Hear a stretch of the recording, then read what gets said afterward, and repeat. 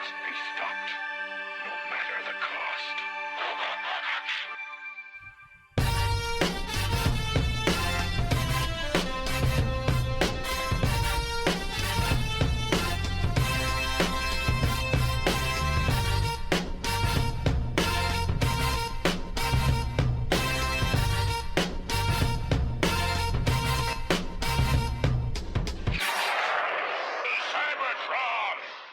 Oh yes, oh yes, oh yes, it's time for the big Charleston contest.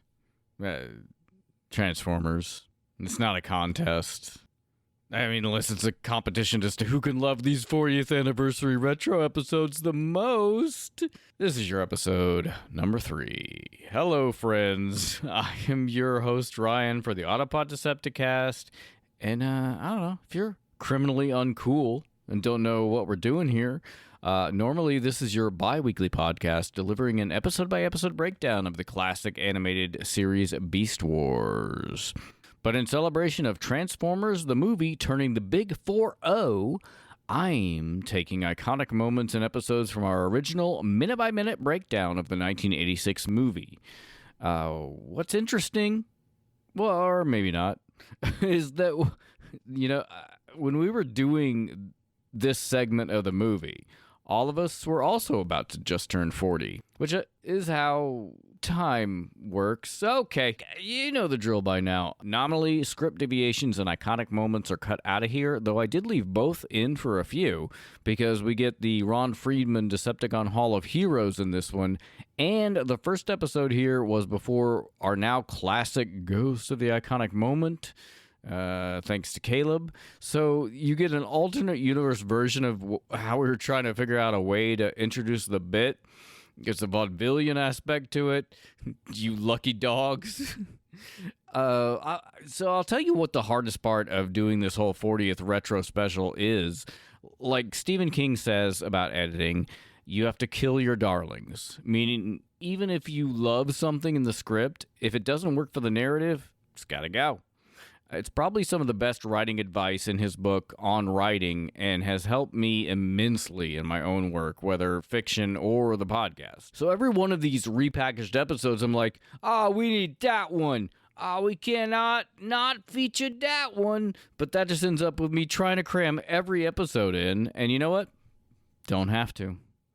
It's all still out there, friends. I mean, on that note, our project creating a minute-by-minute podcast for Transformers the movie is legit one of my favorite things I've ever done in my life. It's a true, shout-out to Aaron for asking Caleb and myself to join him on this raucous, ridiculously rewarding ride. But seriously, I love you guys.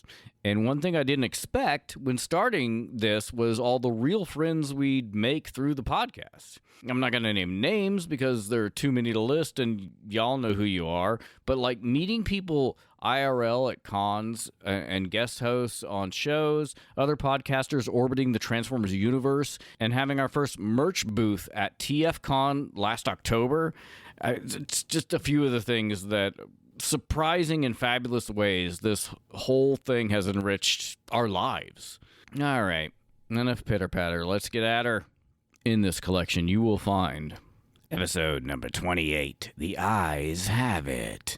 Number 32, Behold, Galvatron. Number 34, Starscream's Corpse. Number 37, Cursed Consumption. And number 39, Get to the Shuttles. So, without further ado, I give you episode 3 of the 40th Anniversary Retro Special! My pal's name is Football, he always tries to roam. My pal's name is Football, I never find him home. I go to his house, knock at his door. People come out and say, Football don't live here no more. My pal. Wow. Megatron must be stopped, no matter the cost. Cybertron! Hello, ladies and gentlemen, and this is the Autopod Decepticast, your weekly podcast that delivers a minute-by-minute breakdown of the 1986 Transformers movie. This is episode 28, covering the 27:01 to 28-minute mark. I am your host, Aaron, and I'm here with my duo of Diaclone disciples. Yes, I am Ryan. I'm Caleb. And last episode, no big deal, right? Prime died. Prime, that's probably the roughest it's gonna get. I mean, I know for sure it's the roughest it's gonna get. You didn't have any little skit for us to do. I didn't, sorry. Well, alright, maybe next time. I didn't even write this intro until 5 seconds ago. Actually, Nice. I forgot it. We visited our old friend Unicron, who seems to have some kind of issue with the Autobot management shakeup. Either that or like indigestion, but he is upset. He's upset about something. And we're catching up with the Decepticons, riding through space in What if that was Astrotrain. just like that yell was just a take that Orson Welles was like, I have to shit, and they just like, well, that's Recorded it in the perfect. We will bathroom? use that for Unicron. I'm guessing that wasn't Orson Welles at all, but... Who could? It's pretty heavily tweaked, so who knows? Right. Sorry, didn't mean to interrupt. And we are catching up with the Decepticons who are riding through space in Astrotrain, who seems to have some kind of issue with his heavy cargo load. Mm-hmm. Speaking of shit, he could just shit him out, I guess. His load. His load. He just transforms into a robot and everybody flies away. Right.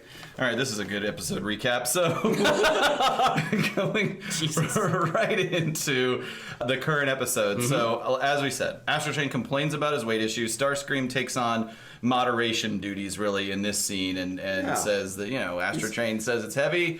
How you guys feel about that? And he's being diplomatic, right? But diplomatic in that way that is also manipulative. Like, I think I know what everybody wants to do, and I know how this is going to benefit me. It's certainly not self-serving, right? And then I can't remember which construction is that. That's Bone Crusher. Bone Crusher at 27:04 to 06 says, "It's survival of the fittest." A capital idea. If you're dead or dying, get the fuck out. Which is weird, too, of like, they bothered to rescue them, but then immediately are like, fuck them. Right. Yep. Well, I suppose they didn't know that Astrotrain would have these issues. These, quote-unquote, the setup issues. The setup is, I guess, all of them are stranded in space, or get rid of some weight. Where's Soundwave? He's in there. He's in there. Don't you worry about that. There's something to touch on about that He later. doesn't speak up? Yeah. Okay. No.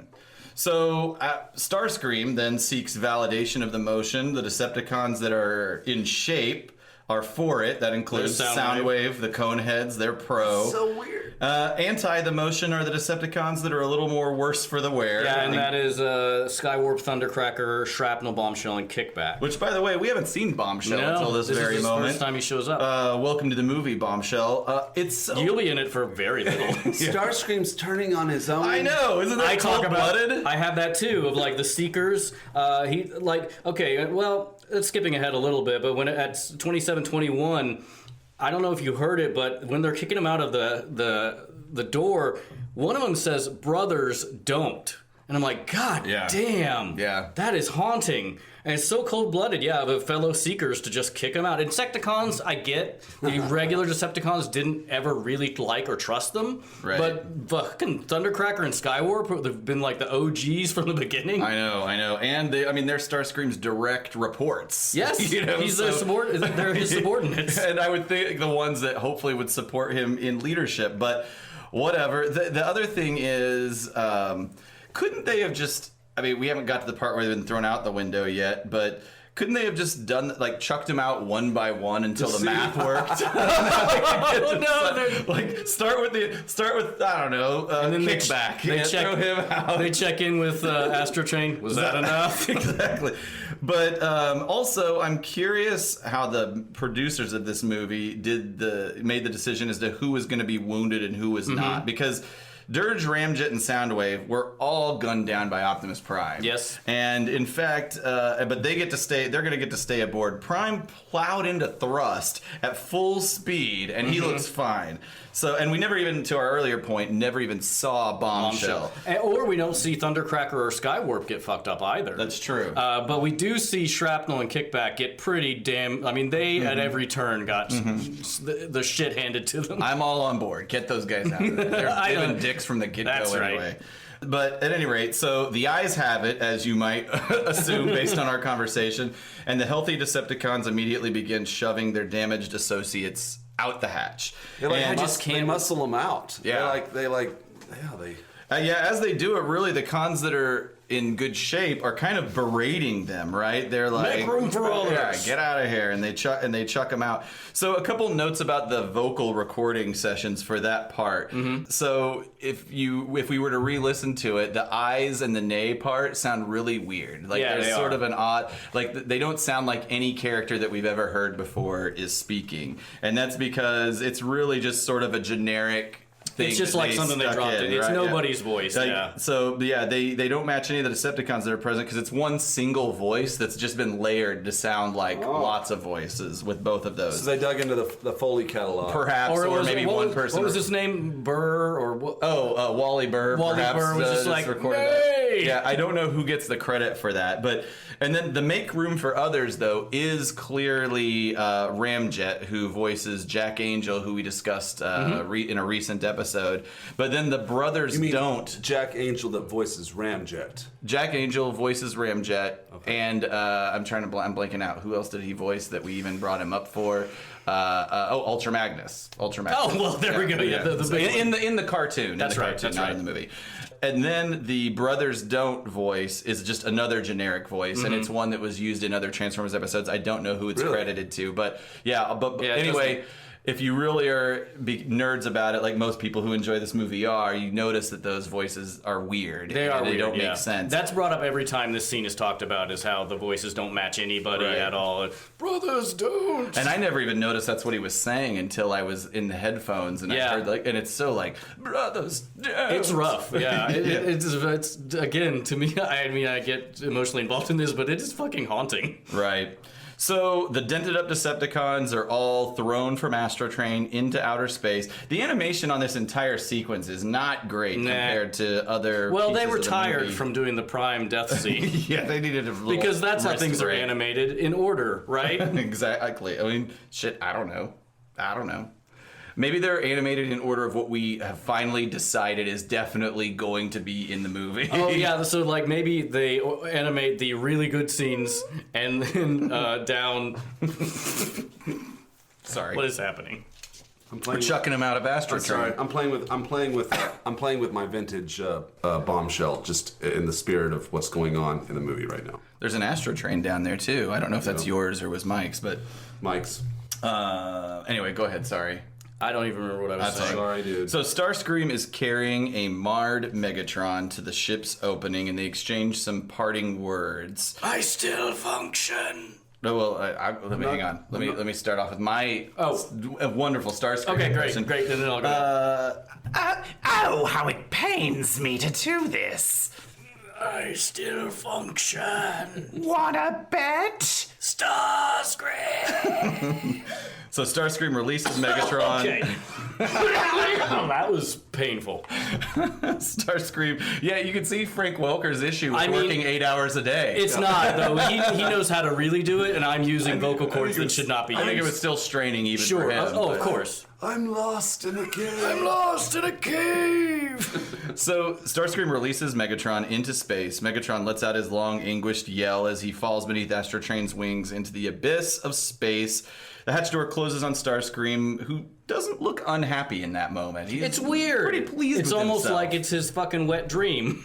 So, Jet, you're the physics guy. It seems like Megatron wouldn't have plunged underneath Astrotrain's wing, right? Shouldn't he have just floated at the same point at which Starscream released him? Well, I do have that note, and since we do know, saw in the previous scene that Astrotrain is under acceleration for question mark. So Megatron would fall behind since Yeah. they're accelerating. He would continue at the same rate. Okay. But he would not sweep under that wing. That's more physics of like under gravity and like in atmosphere being Right. swept under that wing. So and again they fall down for no particular reason. Like Right. whenever they throw them out, that doesn't make any sense. But that's less of a problem than the previous episode where Astrotrain is jettisoning quote unquote weight. Also, I'm just noticing this for the first time. What second are we at here? We're paused at 27:25. Are those the bodies of the other Decepticons? Yeah, very interesting. So yeah, 2725, that's where Starscream is starting to walk Megatron towards the hatch, and you can see in the abyss of space already the silhouettes of the other Decepticons. Yeah, I've never noticed that before. Me I wonder neither. if they're moving. Yeah. Oh, they are. They're are. moving in unison. It's not a very great shot, but it's still a nice added And it's good you texture paused layer. it here too. At 2726, we see there's a slight coloring error on Soundwave. His eyes are white Very true. instead of red. Maybe he's just shocked, like an anime character.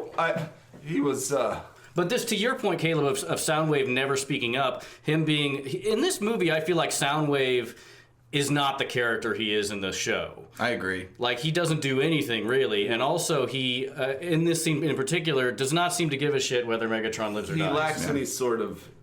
If you tell him to do something, he'll do it. He was a fierce Megatron loyalist, I would say, Mhm, yeah. on the cartoon. They never give any indication of that he has any designs for leadership or No, yeah, it's whatever. just weird at this I would point. think that version of the character would have fought Starscream to not chuck Megatron. Yeah, out I would the think so door. too. But no, I really think they kind of give Soundwave short shrift in this movie. Yeah, I agree with you. Or maybe Soundwave is pragmatic and he just is like, hey, He just Megatron's sees- gonna die. He sees like the way the tide's turning, and like I'm gonna hitch maybe my so. wagon to the winning star. Right. Well, and Megatron just led them into defeat, so maybe politically Megatron is not. You'll have to excuse be me. on- Soundwave survives into he's in the later seasons, Yes. right? No, he never dies in the show.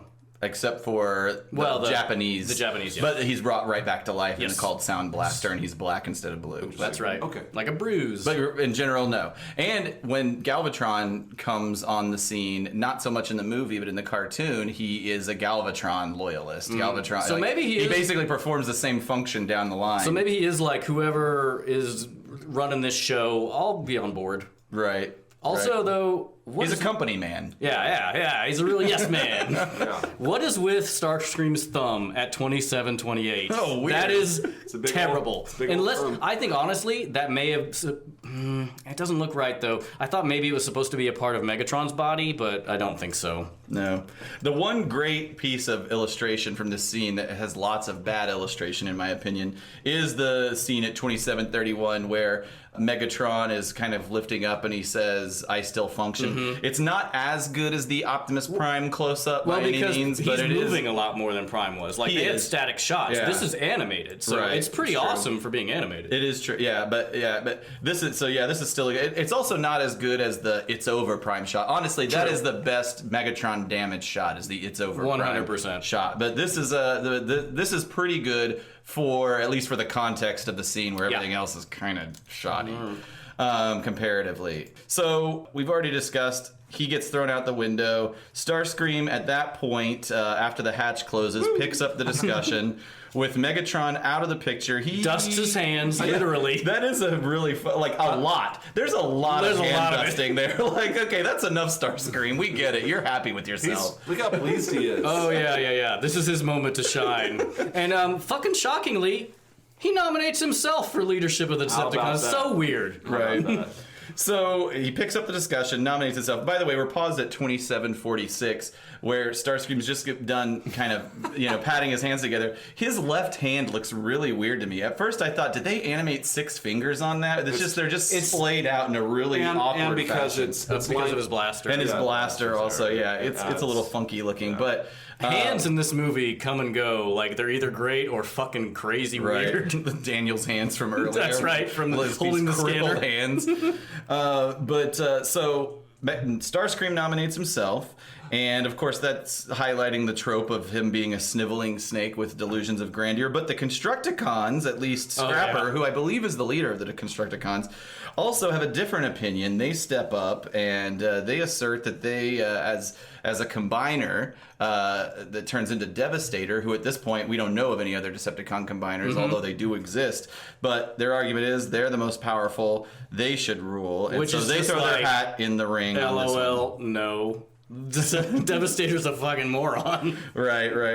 It's interesting. The Autobots have an order of secession. Why don't the bad guys have an order of secession? I There's feel no like distinct second in command. I mean, I guess Starscream is always been kind of the Because they're second in bad command. guys. Well, They're morally corrupt. Here's my thoughts: is under a strong leader, the line of like who is in charge is clear. But in the absence of that, there's a power vacuum where everybody's throwing their like trying to do a coup. What about Kim Jong-il, Kim Jong-un? Well, that you have a family line, but then I see it in like in political terms in like a country where there is a very strong dictator, and then all of a sudden he's gone. All the like lieutenants around him vie for power and want to take it over because it's not really clear who should be, because that's the way dictatorships organizations work. I just feel like that's what this is. Yeah, I'll go with it.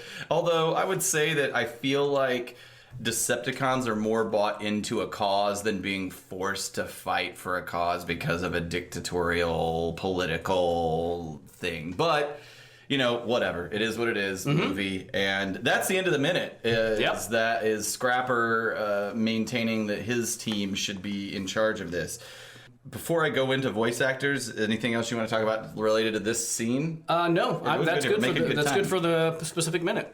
All right, so I'm going to go into a voice actor, guys, and it's a gentleman by the name of Michael Bell, and I'm going into him because he's the voice of Scrapper. Okay. And I'm glad we get to talk about him because he actually is a Transformers god that didn't really get a lot of voice time in this movie. But in addition to Scrapper, he did Bombshell, Brainstorm, First Aid, he did Random Junkions, he did Swoop, but he's best known, he was the guy that did Prowl and Sideswipe. Wow. But listen up, shitheads. That wasn't his only role in life. This guy was the voice of Duke in G.I. Joe, in addition to Zaymont, Blowtorch, and numerous other G.I. Joe characters. So This guy has got the serious lead or major character credibility. Yeah, we've talked a lot about Voltron today, maybe not on mic, but Lance and Sven in the original Voltron. In Smurfs, he's grouchy, lazy, handy. He's been in Scooby-Doo, Garfield. Wait a minute. None of us can forget about those scenes with Handy. It was blue. I can't believe it made it on air. Blue. So, he did lots of other roles, kind of utility roles, Scooby-Doo, Garfield, DuckTales, Mr. T. I forgot that he had a cartoon show. He did, whoa. I'm sure. All right. That doesn't surprise me. So now, do you think that he, after voicing this movie, was the one who went to the people who did G.I. Joe and was like, hey guys, maybe don't kill Duke. Maybe he lives. I mean, I'm just saying, I don't know. He's in a coma. He slipped into a coma. He does those awkward background voices that are That's right. He's in a coma. He's like the Brothers Don't version of the G.I. Joe movie. Brothers, don't kill Duke's in a coma, brothers. Sorry. He also, so his list of animation and video games, I mean, he's done so many video games. I'm a Metal Gear fan, so it's fun to know. He played a character in Metal Gear, I think it's 3, the one where it's back in time in Vietnam, called The Fear. We've mentioned other people who did voices for the Metal Gear series there has as well. been a lot. Most of them not super main characters. That's probably one of the more main characters. But did live action. He was on Three's Company, Charlie's Angels, Dallas, Get Smart, Gomer Pyle, MASH, Mission Impossible, Remington Steele, The Monkees. He has a distinction of playing 3 characters on 2 different Star Trek series. He was in the first episode of The Next Generation. He played a character called Zorn. I don't know if that rings a bell for you nerds. Don't remember who that is. But he's in the inaugural episode, and he played a couple different characters in Deep Space Nine. Deep Space Nine is the only one that I didn't care for, but that was a thing of like the Star Trek series was like the way they did with NBC rotated people throughout sitcoms. Star Trek was very like not incestuous is not the word, but they rotated people in and out all the time. Yeah, Star Trek Next Generation was a huge platform for character rotation. Oh yeah, and probably let's put him in a Star Trek episode. Let's see how he does. Mm-hmm. And even the original Star Trek, the original series, whenever we first see the Romulans, the actor who plays the leader of the Romulans later plays Spock's father. Oh yeah, that's right. Wow. So, and I'm guessing in Deep Space Nine more because it was so. It feels like it was less centered around human characters to a degree. I wonder if he played characters with a lot of makeup, so he was able to be two different characters. Yeah, Deep Space Nine was the one that, and the only reason I didn't really care for it is it gets very philosophical and very like spiritual, and I'm just like, I'm not here for this. Well, I just got to the point where I loved The Next Generation, and but I watched a lot of Deep Space Nine because of the characters from Next Gen. Yeah, but was it set in the same general timeline? Yeah, same. Yeah. But as that universe kind of expanded, and I just, quite frankly, I just lost interest and moved on to other things. But either way, it was a hit show, though. Wasn't it? Yeah. It's beloved. It's just not my cup of tea. Yeah. Anyway. Gotcha. Well, Michael Bell, yes. One other interesting thing about him, which you have to be our age to appreciate this, but not many generations younger. You can't be any other age. That's right. You have to be 39. He was the voice of Butter in the parquet commercials. Oh my God. Okay. Well, I'm making a note to put that on the website. Butter. I think he did it for the first set of commercials, and somebody else took it over for some reason. That's but at any rate, right there. And at the spry age of 79, Mr. Bell is alive and working. Yay! He's done a lot. He's done a handful of conventions. So that's what I've got. Also, really quick note, Bone Crusher spoke in this, and he's voiced by Neil Ross, who we previously discussed in a good amount of detail as the voice of Springer. So Neil Ross got a couple nice hits in this movie as well. You got a hit, baby! That's right. All right, well, let's go into Rip deviations. Okay, so listeners, I have a lot, but I guarantee it is not boring. It is amazing, the deviations at this moment. Okay, so we're in deep space. Astrotrain is zooming in from a great distance to fill the screen. We hear muffled whispering, which becomes a roar of argument inside Astrotrain as the others are vying for the leadership role. So far, so good. It's the same. Everybody's arguing. They actually start fighting, though. Like, Scavenger is trying to throttle Starscream, who has his knee on Dirge's throat, while Dirge is kicking out at Scavenger, as Ramjet is shoving Soundwave in the background. Oh, God. And then Starscream says... It's just a barroom rumble. Oh, yeah. And it goes on for pages. Like, Starscream says, we shall decide our future leadership as soon as Megatron is enshrined in the Decepticon Hall of Heroes. Oh, wait a minute. So Megatron, for context, is not been kicked off the jet. Nobody gets kicked off. Oh, okay. They take him to Cybertron. Oh, okay. Yeah. All right. And so Megatron is still alive, or is he dead? No, he's alive. Okay. He's still alive. And they take him to the hall, or they're taking him to the Hall of Heroes, and not one millibleep before. And so basically, they continue to fight, and the Megatron says, "Wait, I still exist. While I function, I alone rule. Hear me, Decepticons, I am still your leader." And they're like, fuck all that. We don't hear any of that shit. And so that we move towards Cybertron spiraling toward the Mechanoplanet, which is an awkward phrase, down past the orbiting moons from a different angle, so we're not passing the Autobot munitions factory. They descend past, this is weird, metal sawtooth mountains and machined plateaus, ball-bearing waterfalls. No. Ball bearing. Don't waterfalls. do this. Ball bearing waterfall. Waterfalls of ball bearings, because sure, that makes sense. That feels like something Michael Bay would do. Right. Yeah, 100%. Yeah. The Transformers movie. Cog rivers. That's right, yeah. Rivers of oil or something. Well, that would have been more sense. That does actually make more sense. So we go down toward a huge metallic equivalent of a classical rock-cut mausoleum. It is the Decepticon Hall of Heroes. Woo! I want to go there. How much is admission? Well, I don't know if you do, because as Astrotrain lands, the hall looks like a mechanistic Art Deco high-tech version of the Albert Speer design setting for Hitler's Nuremberg Party Rally. And that makes sense. It makes perfect sense. I guess I get it. They're bad guys, but I'm like, whoa.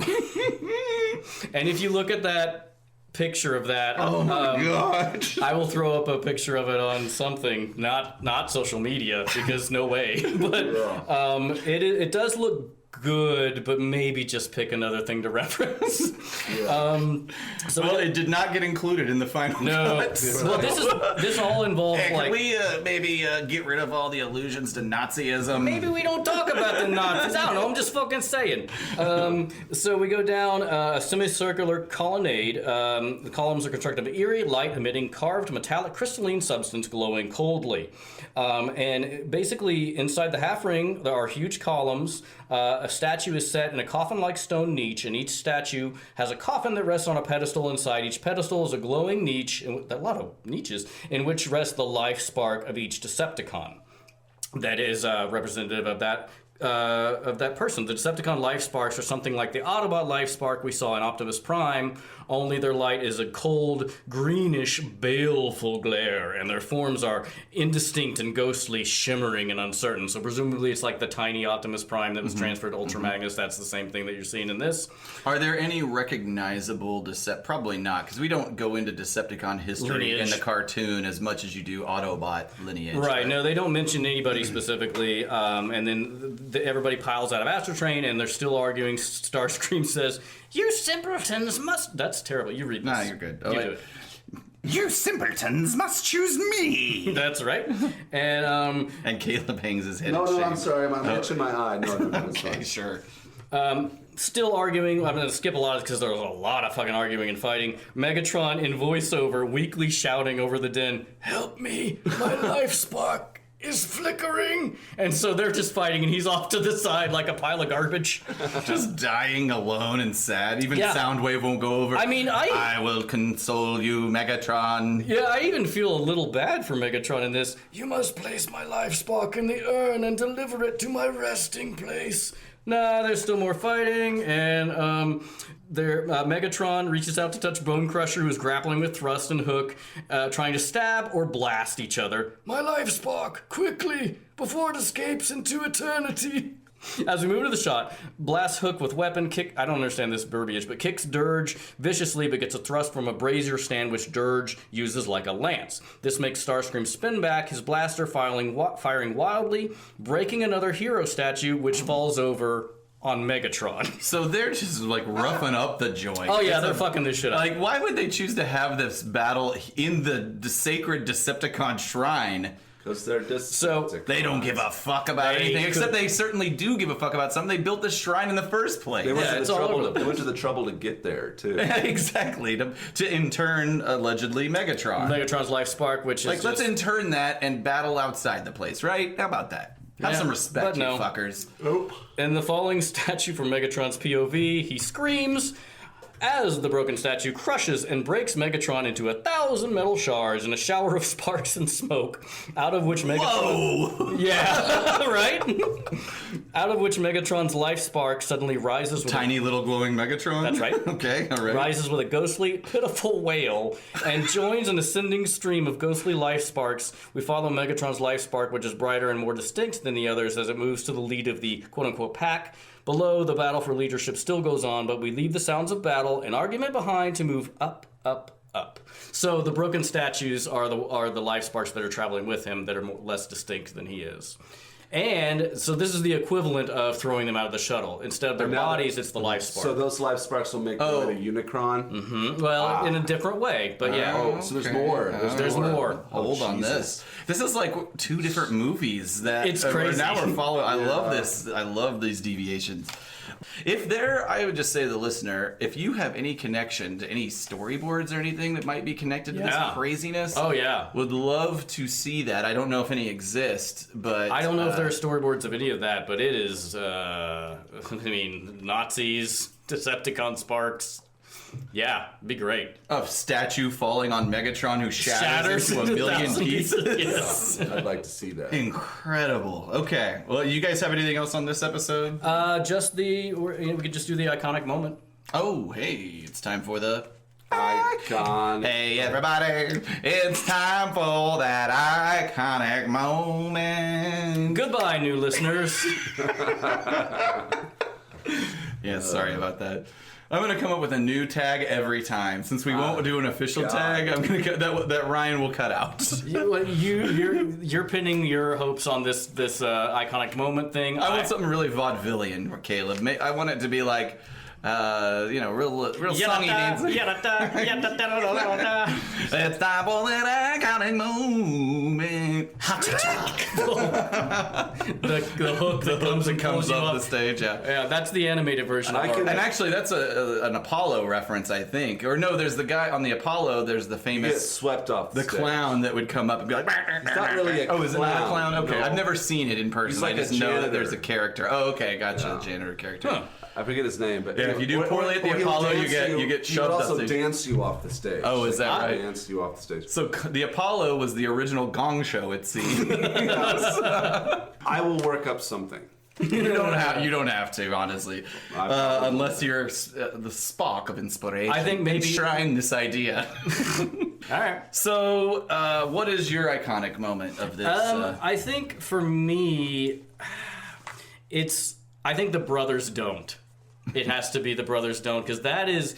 I don't know. I never, until we started doing the show, I did not know that's what he said there or recognize it again, because, listening in headphones, you catch a lot more. And when I heard it, I'm like, Jesus, like, that is upsetting. So that, I think, is, for me, that's the moment. Right. What do you think, Caleb? For some reason, the part where the nays go, nay, that seems very disturbing to me. Where they're all weak and crippled. Yeah, because I'm like, oh, they're going to get it. Right. I guess until this point, I never realized how much the Decepticons don't even really care about each other. Like how it is. It's a very Pre-Great Depression, nobody. There's no social programs. Everybody just has to do their own shit, and you get no help from anybody. right. I think for me, the iconic moment is Starscream chucking Megatron out of the shuttle. It's what he's been living for this as long as we've been watching the show. It has some of the best illustrations of this particular scene, and so I think that for me that's what it is. It's Starscream finally getting his way after so many failed attempts, so many shots to the gut from a fusion cannon. So Megatron has tried to kill this guy or has threatened to kill this guy so many times, and he should have probably he killed this guy. And at this moment, There it are feels YouTube videos dedicated to why Megatron does not get rid of Starscream. All right, everybody. So next episode, a couple more cons are going to throw their name into the leadership hat. We're going to maybe want to bring the Supreme Court in on this one because it is not a clean election process. Really? I mean, I think we're going to see on screen a version of what Ryan just talked about. And Megatron is going to make a new friend. Thank you for listening, everybody. Please continue to listen and get your friends to listen to the show. iTunes, Stitcher, Google Play, TuneIn. Follow us on our social media. We're on Twitter, Facebook, and Instagram, all of them at APODDcast. And visit our web presence at autopoddecepticast.com, where Ryan... he's kind of our postmaster. He puts on all the extra buzz. Yeah, extra videos, extra juice. stuff. And if you're an iTunes user, please rate and subscribe. We appreciate it. We know it helps a lot. We're all almost 40. Is that I'm why? very close to 40. Oh, yeah. The Right around the corner. Halloween's coming up, baby. All right, thank you, everybody. Bye. Bye, everybody. Bye, bye, bye. Bye, bye, bye. Pissed off because my refrigerator is crushing ice when the setting is clearly on whole cubes. Damn! Cybertron! Hello, ladies and gentlemen, and welcome to the Autopod Decepticast. It's your weekly podcast that delivers a minute-by-minute breakdown of the 1986 Transformers movie. This is episode 32. We're covering from the 31:01 to 32-minute mark of Transformers, the animated movie. I am your host, Aaron. I'm here with my co-host, two hardcore guys who, let's just face it, they don't give a fuck. So much that I'm not even going to say my name. No, I don't even care. All right. What drove you guys to develop this cold, devil-may-care outlook on life? I think it stems from just... for me, it's got to be the chronic masturbation. It really is just like a case of I don't even have an interest in women or men. I'm just I am a self-lover. So with every stroke of your penis, a stroke of your caring for humanity kind of fell off. Yeah, I'm just involved with myself, and Oh, Jesus, put it away, Brian. God, no. Please. He's still doing it. He's not I'm gonna do it this whole episode. Caleb, I think we're just gonna have to accept this. What drove your devil may care attitude? This leather jacket you got for Christmas. I just Google News too much. Last episode recap, we saw some classic negotiation. Great fundamentals, both parties, both parts. This, honestly, this episode, that last previous segment should be shown at business schools. Yeah, Frankly. Unicron conducts what I can only assume is the Transformers equivalent of waterboarding upon Megatron. And Megatron folds like clean towels out of the laundry. And that okay. Nice.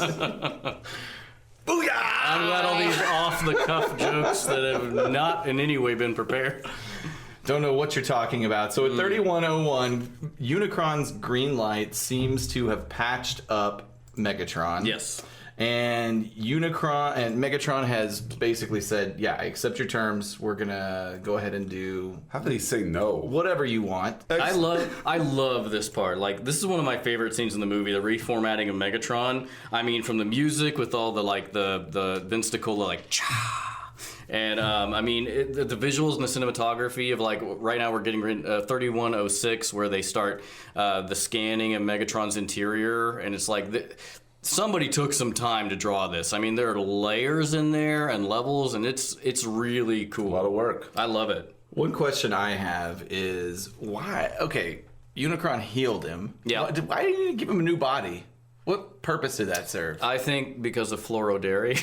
Maybe because of new toys. Well, we see this later. new That's toys. true. That's true, of course, because of new toys. We see this later of like Unicron, by way of Fluoro Dairy, is very into purple and gray and round things. Like, And also, you tell me, is there any better toy than the Galvatron that came out? Oh, Jesus Christ. I mean, yeah. what a wonderful. I owned that toy. Did either of you own I owned a own that Galvatron. toy? Yeah. It was like such the shit. least articulated. It just could only stand straight up and down. It barely looked like the guy. Mm-hmm. The colors were opposite. Like Galvatron in the cartoon is mostly purple. Yes. But the was toy is gray. mostly gray Yeah. with purple highlights. One would think that they would have really pulled out all the stops to make a good. Nudist. Well, it's battery. You can put batteries, jam batteries up his ass Made and some make it noise up his ass. Didn't even sound like. Is like the masterpiece Galvatron better? Did they like make it better? Well, there isn't official. There's not an official Takara Tomy masterpiece Galvatron, but I do own the Fans Toys version. Yeah, it's great. It Fans has, Toys it Sovereign. has the Matrix with the chain around There's his at neck. least a couple, and a third one actually is popping on the scene. So yeah, soon. he loved purple. He loved purple. So Right. yeah, of course, man. I maybe it's just because the cartoon indoctrinated. It's also me. an exercise. Two things. I think having Megatron turn into Galvatron did two things. It showed Unicron's ability to power. Sure. All right, so he turns Megatron into Galvatron. He makes all these other dead Minions. minions, and then he even has he opens up a little hatch, and the ship comes out. Okay, Skipping way ahead. so you asked. It's funny. It's funny. My question is, could he just not just create a bunch of his own? True. Yeah. Maybe he has to have something to Unicron? work with. That part did ring hilarious to me. That there's all this drama involved in creating, like turning these old people into new people, and then Unicron's like, Oh, by the way, and here's a ship for you. BT Dubs, I got a ship all ready for you. I think it's that being said, it is badass. I like how Unicron's like excellent, and like he Just gets right to business. he hooks him. Megatron gets hooked the fuck up. He Oh does. yeah, 100%. What the only other thing I would like to say about the whole reformatting thing is that from a revenge standpoint, which we know is going to take place in the next scene or two, wouldn't it be more satisfying to show up as your old As body so Megatron? somebody knows immediately what's going on? Or I does like how it throws off. It throws Starscream. It throws everyone off. I like how it's like it takes your adversary completely off balance. And presumably he's more powerful than Megatron, Yeah. if Right. more mentally new- unstable. it's a which new- I guess He's not mentally unstable yet. In I've the actually movie. developed some theories about his mental instability. Well, I mean, we can talk about it now if you want. I was going to wait till the Galvatron, but I was going to say, isn't Galvatron your favorite Transformer? He has to Aaron? be close to the top, yeah. Because he's He would psychotic. he would definitely kick in the cabinets. I tie a lot of this here to like professional wrestling. Like you know, you have a character and you want to evolve him somehow. It's like So Megatron is maybe Hulk Hogan. and Galvatron is the Ultimate Warrior. No. Hollywood Hulk Hogan? That's right.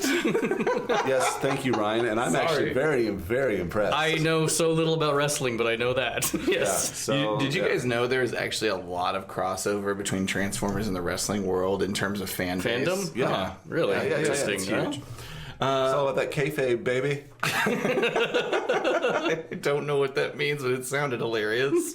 Kayfabe is it's where you're accepting the fiction as reality in a way. Where if a wrestler was to quote unquote break kayfabe, then they are stepping outside of their character and acknowledging the fiction. That it's Breaking the fourth wall. That in a way, yeah, it's breaking the fourth wall. It's also like it's acknowledging that it's a drama. So Right. is Dwayne "The Rock" Johnson having a movie career? Is No, that because- breaking kayfabe? No, I wouldn't think so. And I'd be curious to see what the people that are really into wrestling say about that. I would say no, because he is separating his Dwayne Johnson from The Rock. Yeah, The Rock, the only way that would work is like if The Rock were like, hey, I'm playing a character, wrestling's not real. Right. It's all set up. I mean, everyone, it's understood that it's To most fiction. people, there are crazy people who maintain. Sure. No, my dad. Are there no. really? Oh yeah, my dad. All right, so my dad's got- What? My dad. The Milkman? No, listen to my story. Okay. My dad is not into wrestling, and he's not bought into. He doesn't take the fiction as reality. He doesn't play into it. He doesn't give a shit. Anyway, but my dad has a shop, and he was getting it re-roofed one day, and he had two guys that he knows that were re-roofing it, and he was down in his shop working, and they were up on the roof re-roofing it, and these guys got on a fight. They got in a fight up on the roof. Like a real fight. Like a real, Fisticuffs. I don't know if it got to physical. Aggressive An talk. It was argument. aggressive talking to each other because one of the guys said to the other guy that the honky tonk man is a liar. And it got real. Oh, shit. Yeah. So yes. A liar. Yeah. Honky tonk man is not a liar. So it What got, are you saying about Hacksaw Jim Duggan? Yeah, so, and my dad was worried that one of them was going to throw the other guy off the roof. So, anyway, yes, let's all acknowledge that there are people up there that take it very seriously. And to the point where it's reality to them. There's also people that take it very seriously, but they play along with kayfabe. Sure. Right. So that's what kayfabe is. All right. It's playing along. I'm educated. It's playing along with the narrative as reality. And if you break Those people on the roof of your dad's shop sound like they don't know about kayfabe. Not at all. Nope. So, okay, there seems to be Megatron is standing in a stoic pose.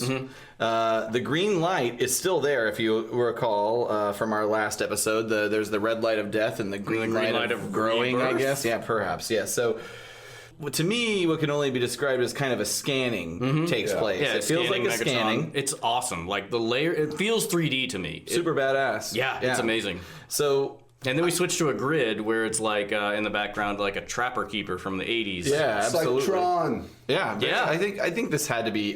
Tron had to come out before. Yeah, this. Tron was earlier. This has to be very Tron inspired. I just wanted to show you guys this.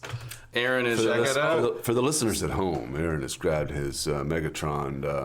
The masterpiece. the masterpiece Megatron, and slid the face off. And on the other side of that face, they've homaged this scene in the movie where we get to see right. kind of what's kind of like the optic. behind the grill. It shows. so to It shows speak. like the optic mechanics. Anybody that is absorbed into Transformers collecting would know that feature exists, but it's a cool feature and it's relevant to. Damn, Here, let me- the hips are getting a little loose there. Yeah, careful. I've never transformed him. He's an amazing figure in terms of his paint.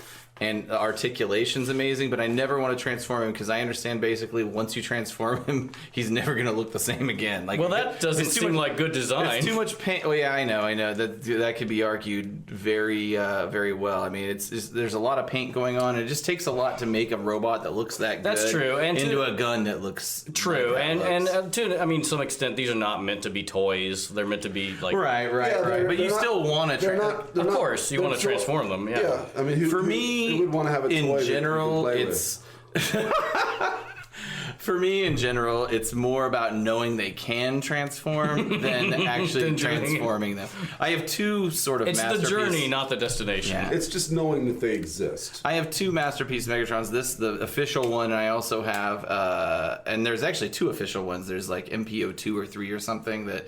The original Masterpiece that accompanied the this guy, Optimus Prime. and it was not nearly as good as that. But then I also have this guy, which is a third-party figure over there, and that was like the first major Masterpiece style Megatron, just done by a different company. Yeah, I will say I like the Masterpiece better stylistically, but I like that the other third-party one has like it's shinier. I think the paint. I like the paint choice on this one. It's more cartoon accurate. Yeah. That's more chromy. I like the proportions of the. This is, by the way, ladies and gentlemen, we're talking about X-Transbot's Apollyon. If you care to know that, I like the proportions on Apollyon. This Megatron, if you were just to stand him up, his legs feel way too long proportionately to me. Like he should be a rocket, honestly. You just think maybe his torso or his chest needs to be like bigger. the ratio, maybe Yeah. the chest bigger or taller, whereas the Apollyon proportions are awesome, but he's very kibbly, as they say in the industry. His legs, like this, has nice clean legs. His legs Masterpiece one. The Masterpiece MP36 has very clean legs. Apollyon just looks like they took all the garbage of the transformation and chucked it into his legs. So, to move on to the show We're here. at 3111. We can do this, Caleb. cool. Don't you worry about No, it. don't worry. Hey, it's cool. No, we're doing great. This is thanks for the positive vibes. You're welcome, dude. So, Hold on. I love both of you guys. Hey, you. I love you guys too. Group hug. We're really group hugging. Up all in the mic. Maybe I'm kissing a It's little kind of bit. weird. Well, And I'm still touching my dick. That never. Yeah, you never put that away. never It's just did. been flopped Never did. out this whole time. And it's weird because it won't get hard. no, and it flops by itself. It's like an animatronic toy that you just push the No, the what paw. are It's those? like a severed organ. No, what are those kids' water toys? That it's like a clown head, and And it's it got just like it has like all these like the wacky waving inflatable arm flailing tube men. that's what your dick would be. That's what it is. Uh-huh. Useless. No, but entertaining. Yep. Everybody likes to laugh at it. It has a purpose. The scanning phase, there's a second scanning phase that's going to Yes. take place here. So we see Meg's inner workings. It's very X-ray like. And then Go ahead. Yeah, no, I just said 3113. Basically, he starts getting covered in like this, I don't know, electronic like plasm or what. It basically looks like the Michelin Man, and that whole sequence from 3113 to 3119, where it's covering him in a grid. Like I am lost as to what any of those parts are. I can't figure it out. Even as a kid, I was like, "Where am I? Is that a leg? Is that an arm?" Well, I don't know. I think we're looking I at think his that's the behind point. because there's an arm cannon there. He turns. We're frozen at 3119. I think that's the point. I mean, they're like, how are we going to make this transform? To me, it's sort of a That's just- cocoon. Yes. In a way, Yes. it's an electronic mesh, Which very of much sorts. like a caterpillar in a cocoon doesn't change into a butterfly, completely liquefies, and then becomes a butterfly, it's- which is fucking strange. Yes, but it retains certain amounts of It remembers, yeah. genetic memory. Yes, which is really weird. We went far afield on that one. A lot of metaphors, a lot of similes. It's pretty awesome. So the camera's going to pull away. The mesh kind of. The mesh strips itself off of him, and we've got a new form. Yeah, so we are. Unicron reveals Megatron's new form. Behold, Galvatron. Which is awesome. What a it's pose. so great. What It's a so pose. great. For my Fans Toys Sovereign, a.k.a. third-party Galvatron figure, he's not posed like that right now, but my original pose, he comes with a stand, and I pose, like, this is the pose that I put him in, which is kind of... 3123. His arm cannon just cocked slightly back, his other arm slightly forward. It's an amazing great. pose. Not a great illustration per se, but a great pose. It's a very dynamic, and then now at 31:25, Unicron is dragging in the rest of the damaged Decepticons to reformat them. So it's a wide shot, and just for the record, let's left to right, we've got Kickback, Shrapnel, Thundercracker, Skywarp, and Bombshell. And we need to pay attention here because there is contention in the community. This makes me crazy. And you're going to see they're getting sucked in. God, that's a great shot, actually. It's really cool. It's really badass. The lighting effects were paused at 31:29. Just the lighting effects, the way he's drawing them in. But so he's going to segment the first three off, and you've got Kickback, you've got Thundercracker, and you have got Shrapnel. Thank you. And we're at 31:31. And then, then we go much faster, whereas Thundercracker becomes Scourge, and the Insecticons become his sweeps. So we can definitively say that Thundercracker is Scourge. I think we can completely agree upon that. Where the Scourge and his Huntsman. Nobody's arguing that his Huntsman, which sweep. actually is still in my original script. They say Huntsman. Oh, really? Do they say that Thundercracker is the Huntsman? And No, because Thundercracker doesn't die. Oh, that's right. Did you just say Huntsman? Huntsman. It's like a That's you. They're at a gangbang. That's a porn name. Yeah, the Huntsman. Huntsman. That's like my porn name would be Perry Hodder. Why is that? Because I need a porn name. my third career. Please continue. So here's where the contention comes. Phase 2, you've got Bombshell and Skywarp. At 31:40. And they're getting scanned and turned in to Cyclonus and his armada. Okay, let's put aside for a second that really after this scene, the armada doesn't exist. That's correct. Like, he's not going to show up ever again. But people, for whatever reason, don't want to accept that Bombshell is Cyclonus. And they don't want to accept it for a number of reasons. One of those being that Skywarp was known as a loyal warrior. He was, after all, the first one to wake up on the Ark. That's true. And he dragged Megatron into the whatever the Teletran 1 life-giving light was.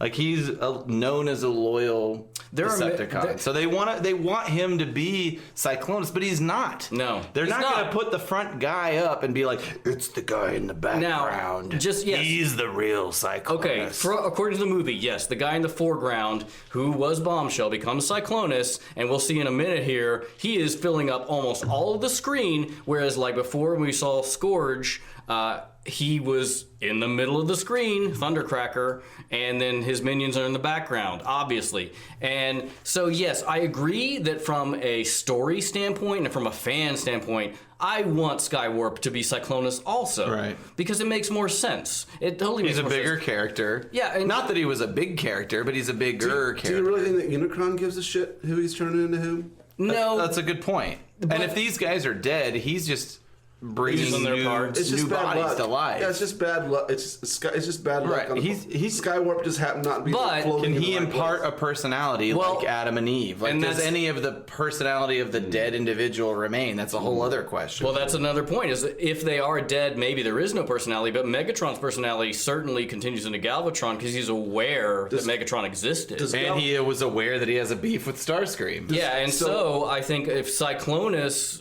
his personality in the show fits better with Skywarp.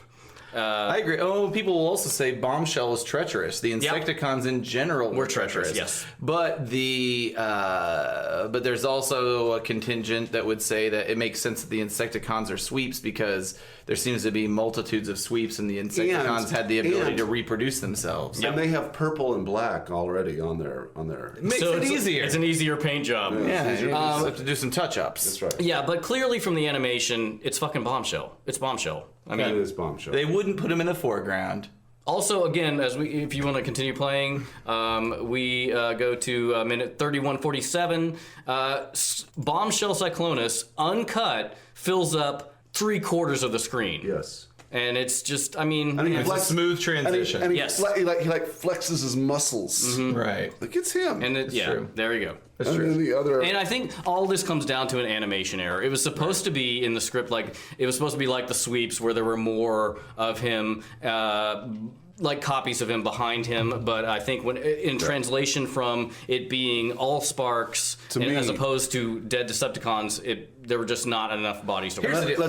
Let me just say real quick. It makes more sense for because Skywarp is a jet. Yeah. And this guy transforms into a space jet. I can't remember who the last group of people were, but none of them turned anything close to hovercrafts. It was a few Insecticons. There's just Insecticons and jets. But you know what? None of it really makes sense. But let's just accept the fact that Bombshell is Cyclonus, and there is a comic where there's a book where do they have memory of their previous? Well, again, like I said, Galvatron remembers some parts of being Megatron because he remembers Starscream. He remembers maybe he's given the gift of that. But again, where these guys aren't. Again, maybe they were dead and Megatron wasn't dead.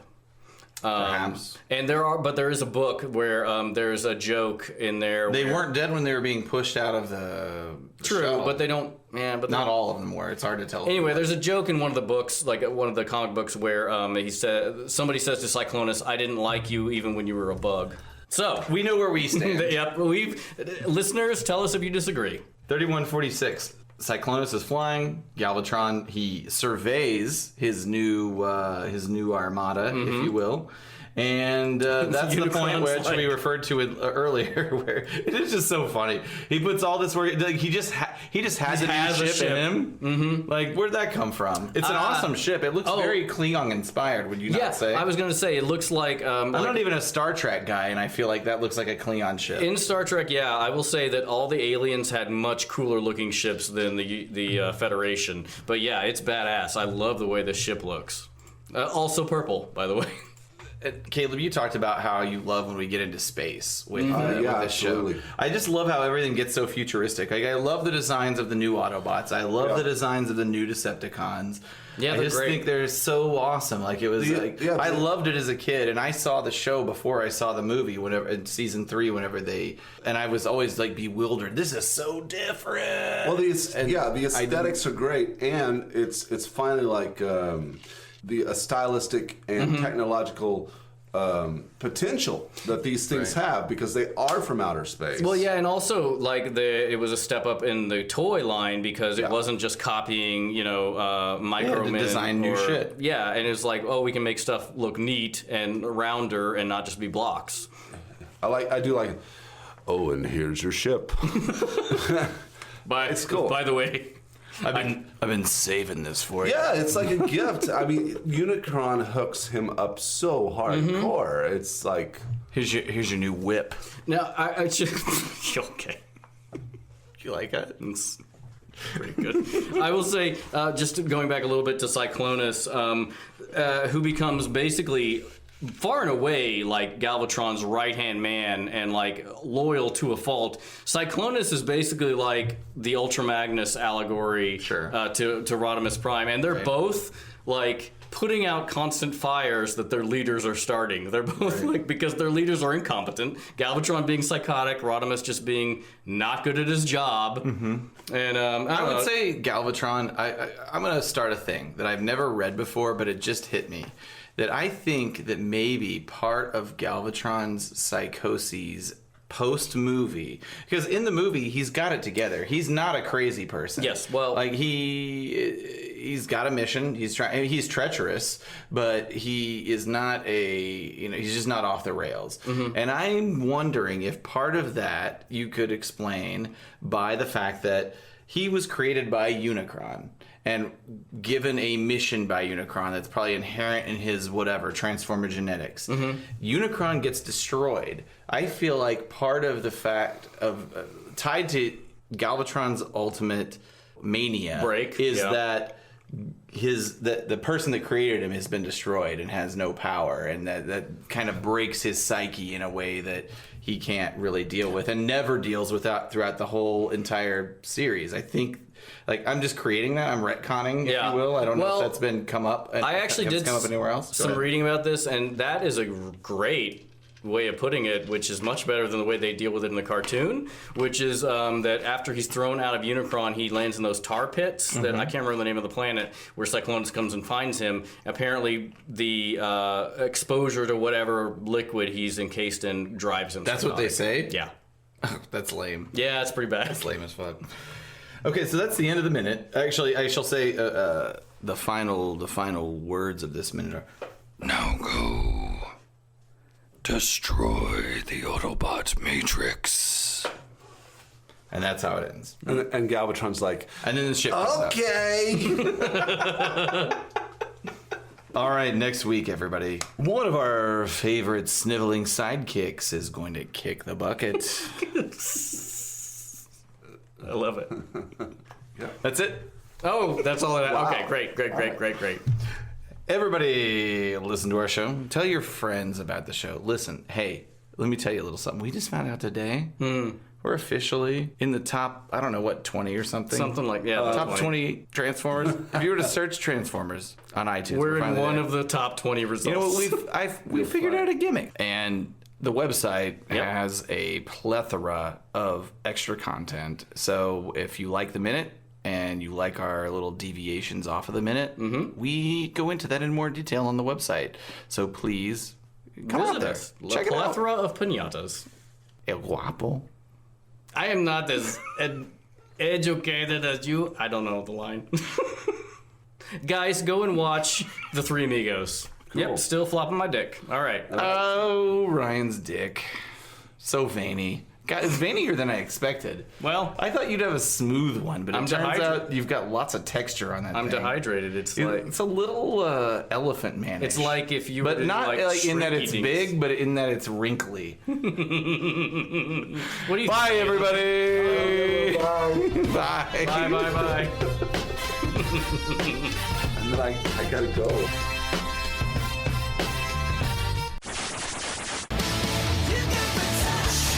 13 years in the making, an incredible gathering of Transformers fans from across the Pacific Northwest. Unlike anything you've ever seen in your local toy aisle, it's the year 2026 and a new Cybertronian adventure is coming to Kent, Washington, July 10th and 11th. Cybfest Northwest. Fans of all ages will unite for the most incredible Transformers event you've ever seen. Vintage Transformers, modern Transformers, rare collectibles, amazing displays, contests, panels, art, and dealers from across the region. Do you finally track down that grail you've been searching for? Then what's the missing piece for your collection? And what surprise treasures await inside the dealer room? It's so big, so exciting, you've got to see it twice to take it all in. Join the Transformers community for Community Night on Friday, July 10th. Featuring a People's Choice G1 episode screening, a Transformers-themed game show, raffles, giveaways, pizza, and hanging out with fellow Transformers fans. Then continue the adventure Saturday at Cybfest Northwest. Celebrate everything Transformers with fans young and old, new and long time. Escape into fantasy this summer, into the incredible Cybertronian adventure, Cybfest Northwest. Don't miss it. July 10th and 11th in Kent, Washington. Register now at cybfestnw.com. They're coming out with Nancy Kerrigan. They're coming out with a movie about not Nancy Kerrigan, but the Tonya other. Harding? Yep, Tonya Harding movie. Why? I don't know.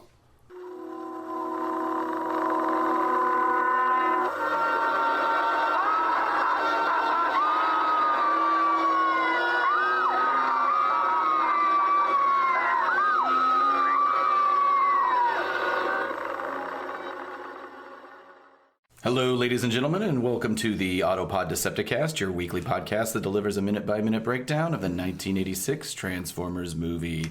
This is episode 34, covering the 33:01 to the 34-minute mark of the movie, and this is part 2 of our trip to Transforming Transylvania. Blah, blah, blah. Holy fuck.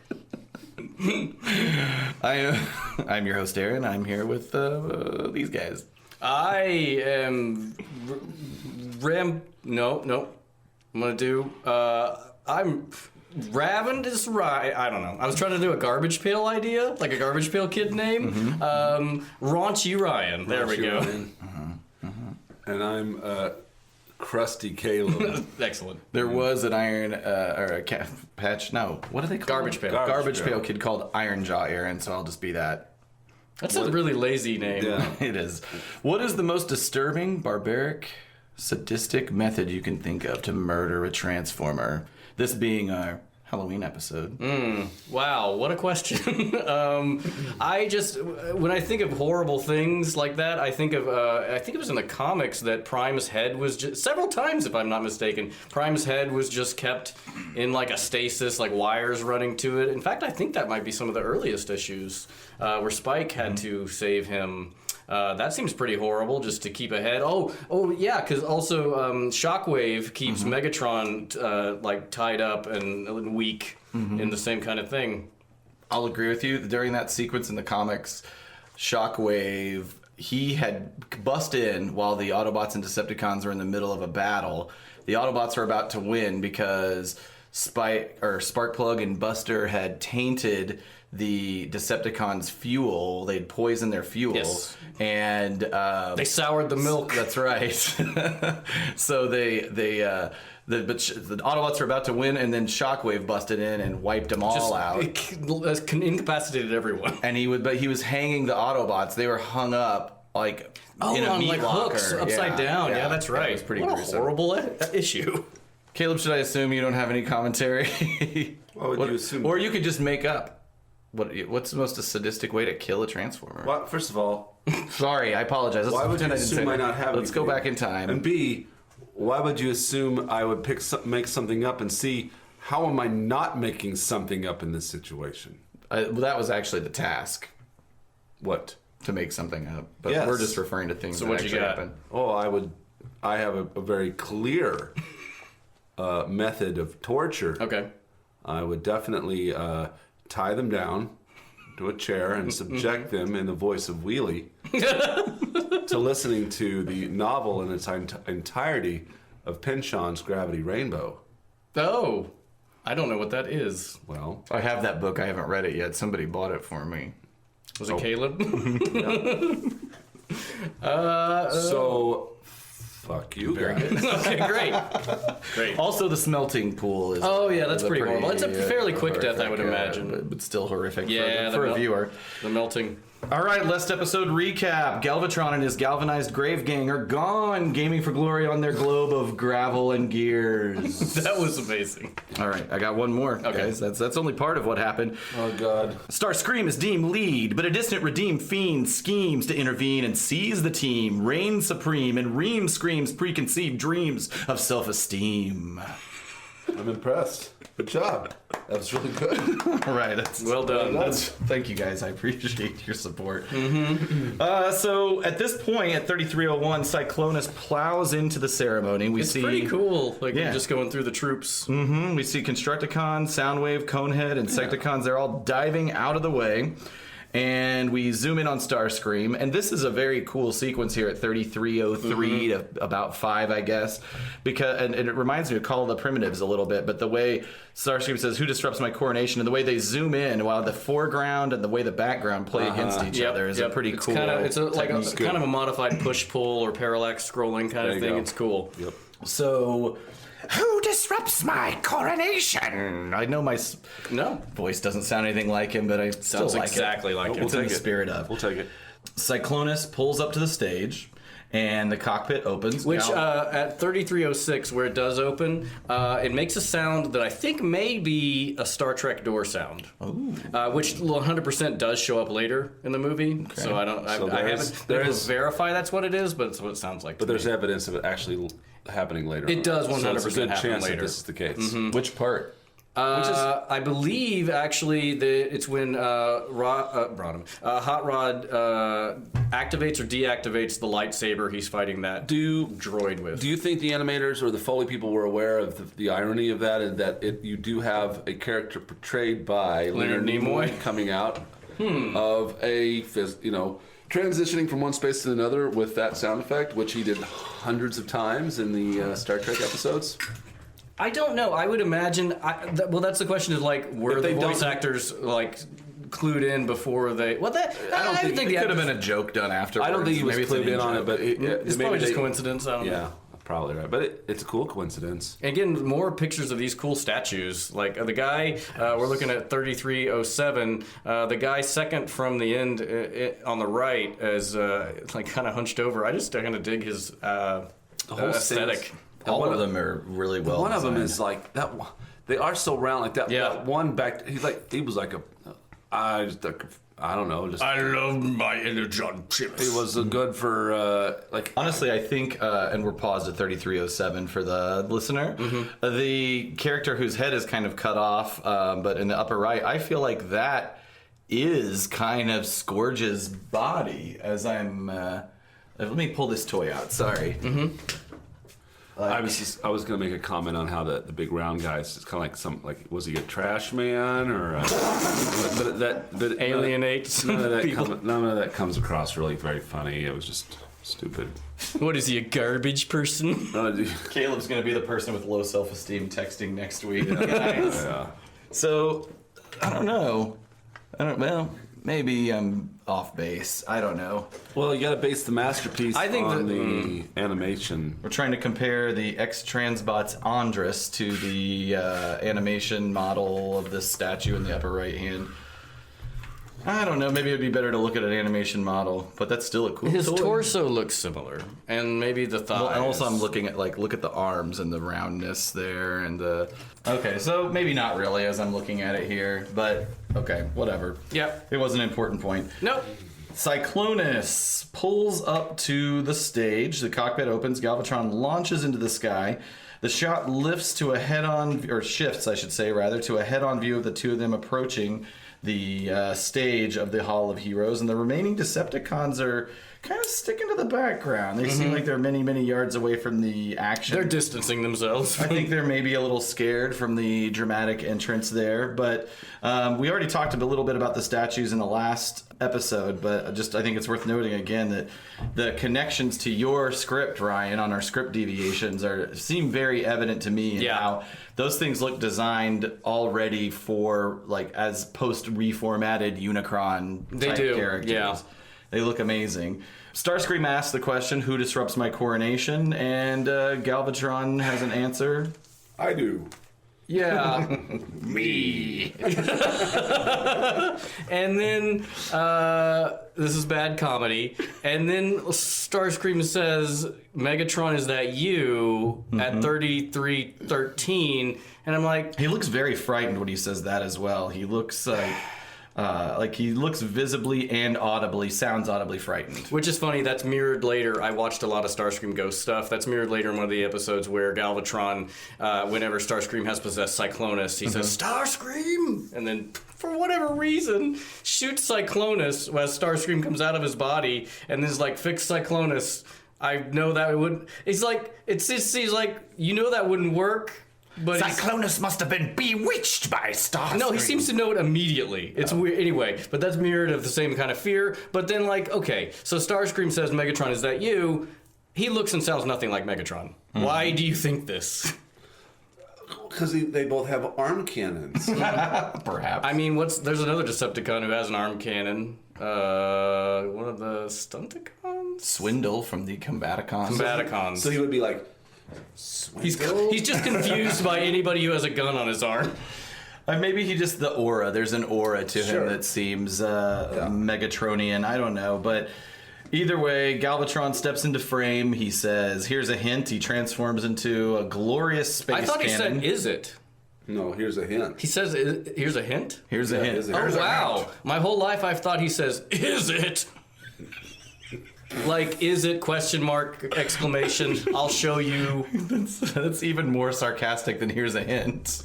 Is it? Wow, my mind is I'm kind of blown right now. Like, that's a real revelation. Here's a hint. Well, so from this moment, he aims, and as Donald Trump would say, he unleashes fire and fury, the likes of which we haven't seen before.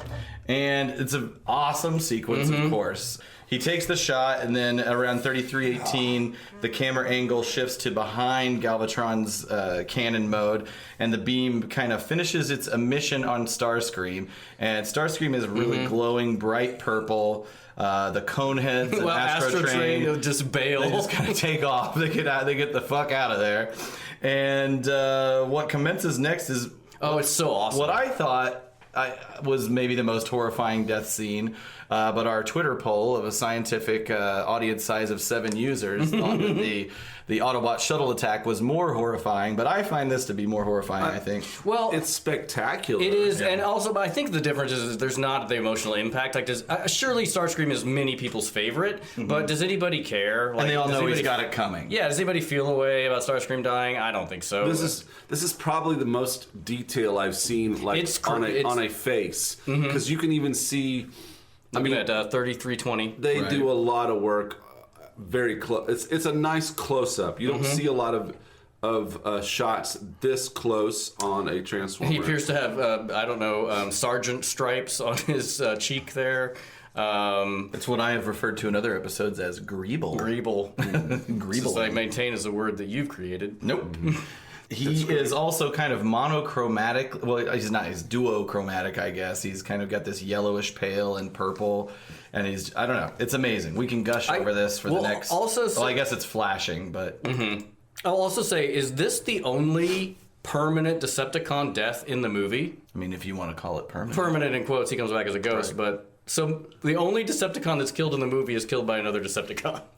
And I will say that That's also presuming that the guys weren't dead when they got to Unicron. But Galvatron blasted plenty of people, seasons 3. But no one, to my knowledge, before or since, reacted to a blast in this way ever. I do have some about that. Aaron, do you have anything in that vein? I was just going to say that they must be able to sort of spontaneously charge have their beam set to either stun, moderate pain, kill.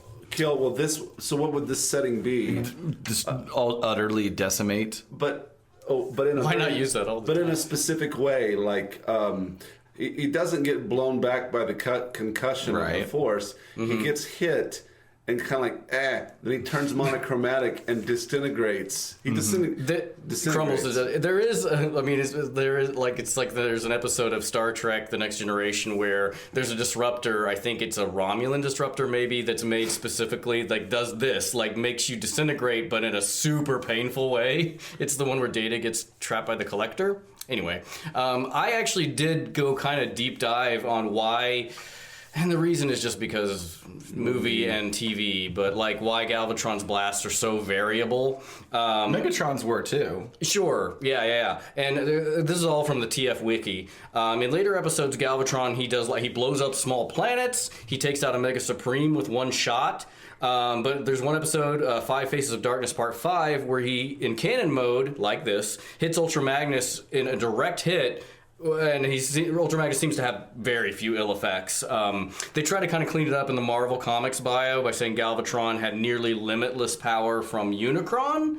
But in 5 Faces of Darkness Part 2, Galvatron himself claims to be more powerful than ever with Unicron dead, but that might be just the residual Megatron bravado. I don't know. True. But we could chalk this up to super Unicron powers. Sure, I'm going to go with that. I would say that we could attribute the results of getting shot by Galvatron. It would be an effect of the situation of the plot line, whoever's writing it as well. Great. Fuck. So we really see this go down in phases. We just kind of covered the up close facial expression of Starscream and seeing the detail and all that. And the next shot really is kind of from an underneath angle, slightly underneath. Starscream is in color, but these kind of electromagnetic forces seem to be overtaking him. There's a bright light flashing in the background. You get the sense that this isn't good. Yeah, and you see coming up at 3323, his cape actually starts to disintegrate. Right. We're getting there. some singeing activity on the cape, and it's like kind of shredding. It's like he's being super shocked. And at this point, I feel like it's obvious that he's in a pretty high degree of agony as well. So then the next shot, really around the 3324 area, you see Soundwave and some Constructicons. They can see the execution. Great pulsing, reflective light beams across them that it starts bright and then starts to fade, and you get a sense that this thing's about over. And then 3327, Starscream freezes in place. Back to Starscream. His color is somewhat faded. His face is frozen in anguish. There's a few final pops of energy, and then he's gray. We know what that means, right, guys? We do. About a half second later, his body just disintegrates to ash on the ground. He falls apart. There's a few pops of blue smoke emitted into the air, but it's safe to say that he's dead. Yep. Yeah, there's no question. I don't think that. Yeah, I love how the crown bounces down the stairs too. It feels very like it's just a really good animation of like how that would really work. So that happens and lands as Galvatron transforms at his feet, crushes, grinds it in, the crown that is. Guys, wouldn't it have been, Starscream should have been made of whatever that crown was made of. Oh, is this a black box airplane joke? Why don't they make the whole plane out of a black box? Welcome to the 90s.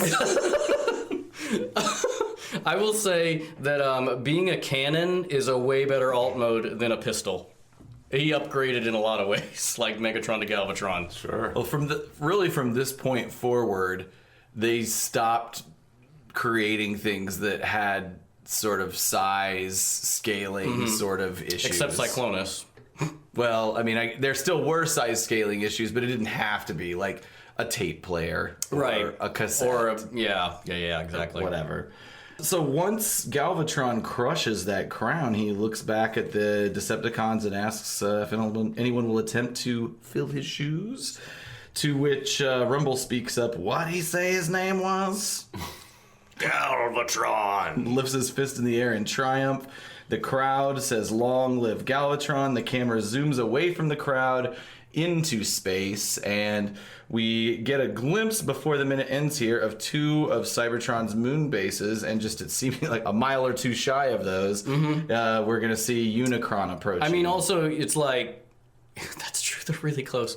It's also like, obviously they're close because Galvatron got to that coronation too sweet. Pretty quick.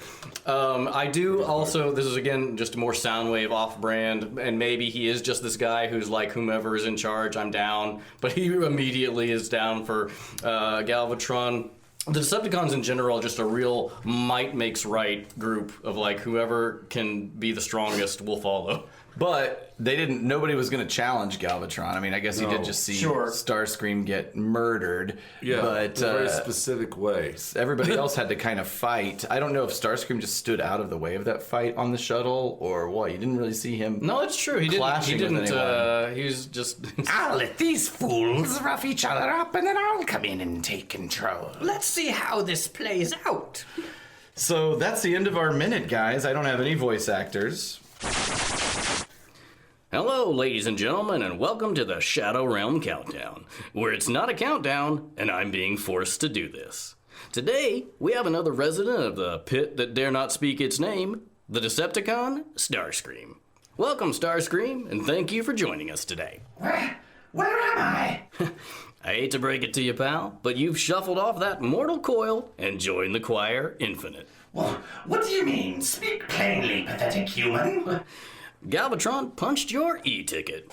You cashed your last astro check. Techno-worms have a new and powerful attraction to you. You are but a carbonized stain on the dais that was your Deceptathrone for, what was it, 7 seconds? Galvatron, yes! I remember I recognized him as a remade Megatron for some reason. You're saying I'm dead? Oh, dead, deceased, the Deep Six, defective, inoperative. You no longer function. Your spark has been snuffed out. You are an ex-Decepticon. Ah, and this is the afterlife, is it? Being mocked by the bitter spirit of a top 40 DJ who was a bottomless bag of ridiculous death synonyms? Hey, I don't like it any more than you do. My spirit has been captured against my will by 3 chortling fopdoodles, one of who considers it a victory if, after urinating, can manage to put his miserable excuse for a penis back into his fly without dribbling noticeable amounts of urine down his pant leg. I don't...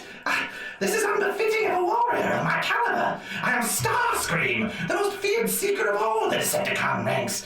And who's that asshole lurking in the corner over there? I am the ghost of the Iconic moment. Can I start real quick? Yeah, go ahead, Caleb. I think there's, I mean, for me, it's just the iconic moment is the disintegration of Starscream. Yeah. That's something that sticks in my I don't see how anybody could say anything else. Yeah. I would like to hear some It's just that one shot of Moonbase 2. I will say yes. The disintegration of Starscream is the go-to. Honestly, though, right here where we're still watching again, 33, 38. The crown. I love the crown crush and slide. It's not just The a bouncing crush. down He the steps. bounces down the steps. He It just grinds slides. it in. Yeah. That sticks with me. Like that imagery sticks with me. you don't need no crown. He's finally squashed the bug that is Starscream. Yeah, and what he represents. I mean, who needs a? They don't need a. He doesn't care about a monarchy. He's in charge. And I assume that Galvatron exudes the same kind of just immediate charisma and leadership qualities as Megatron, that everybody would just like, yeah, it makes sense. Yeah. He's in charge. He's a real type A, take charge kind of guy. Right. It'd be weird to see like one of the Decepticons be like, actually, I disagree. I have some talking points. While we're on that, maybe it's time for what? Script deviations. So, I actually, in my version of the script, there are a few little things. When Starscream says Megatron, Galvatron says here's a clue instead of here's a hint. And also post Starscream's death, after Galvatron asks if this is a weird one. After Starscream's death and Galvatron asks if anyone wants to fill his shoes, the Decepticons in unison start to say, "Long live!" And then they all in unison realize they don't know his name.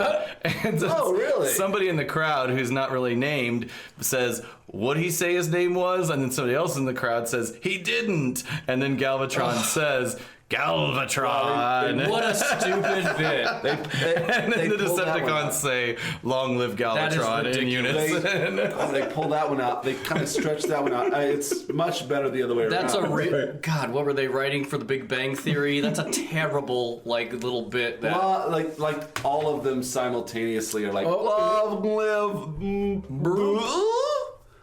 Wow. Okay. That's funny. That's funny. All right. Let's see. What have I got here? Okay.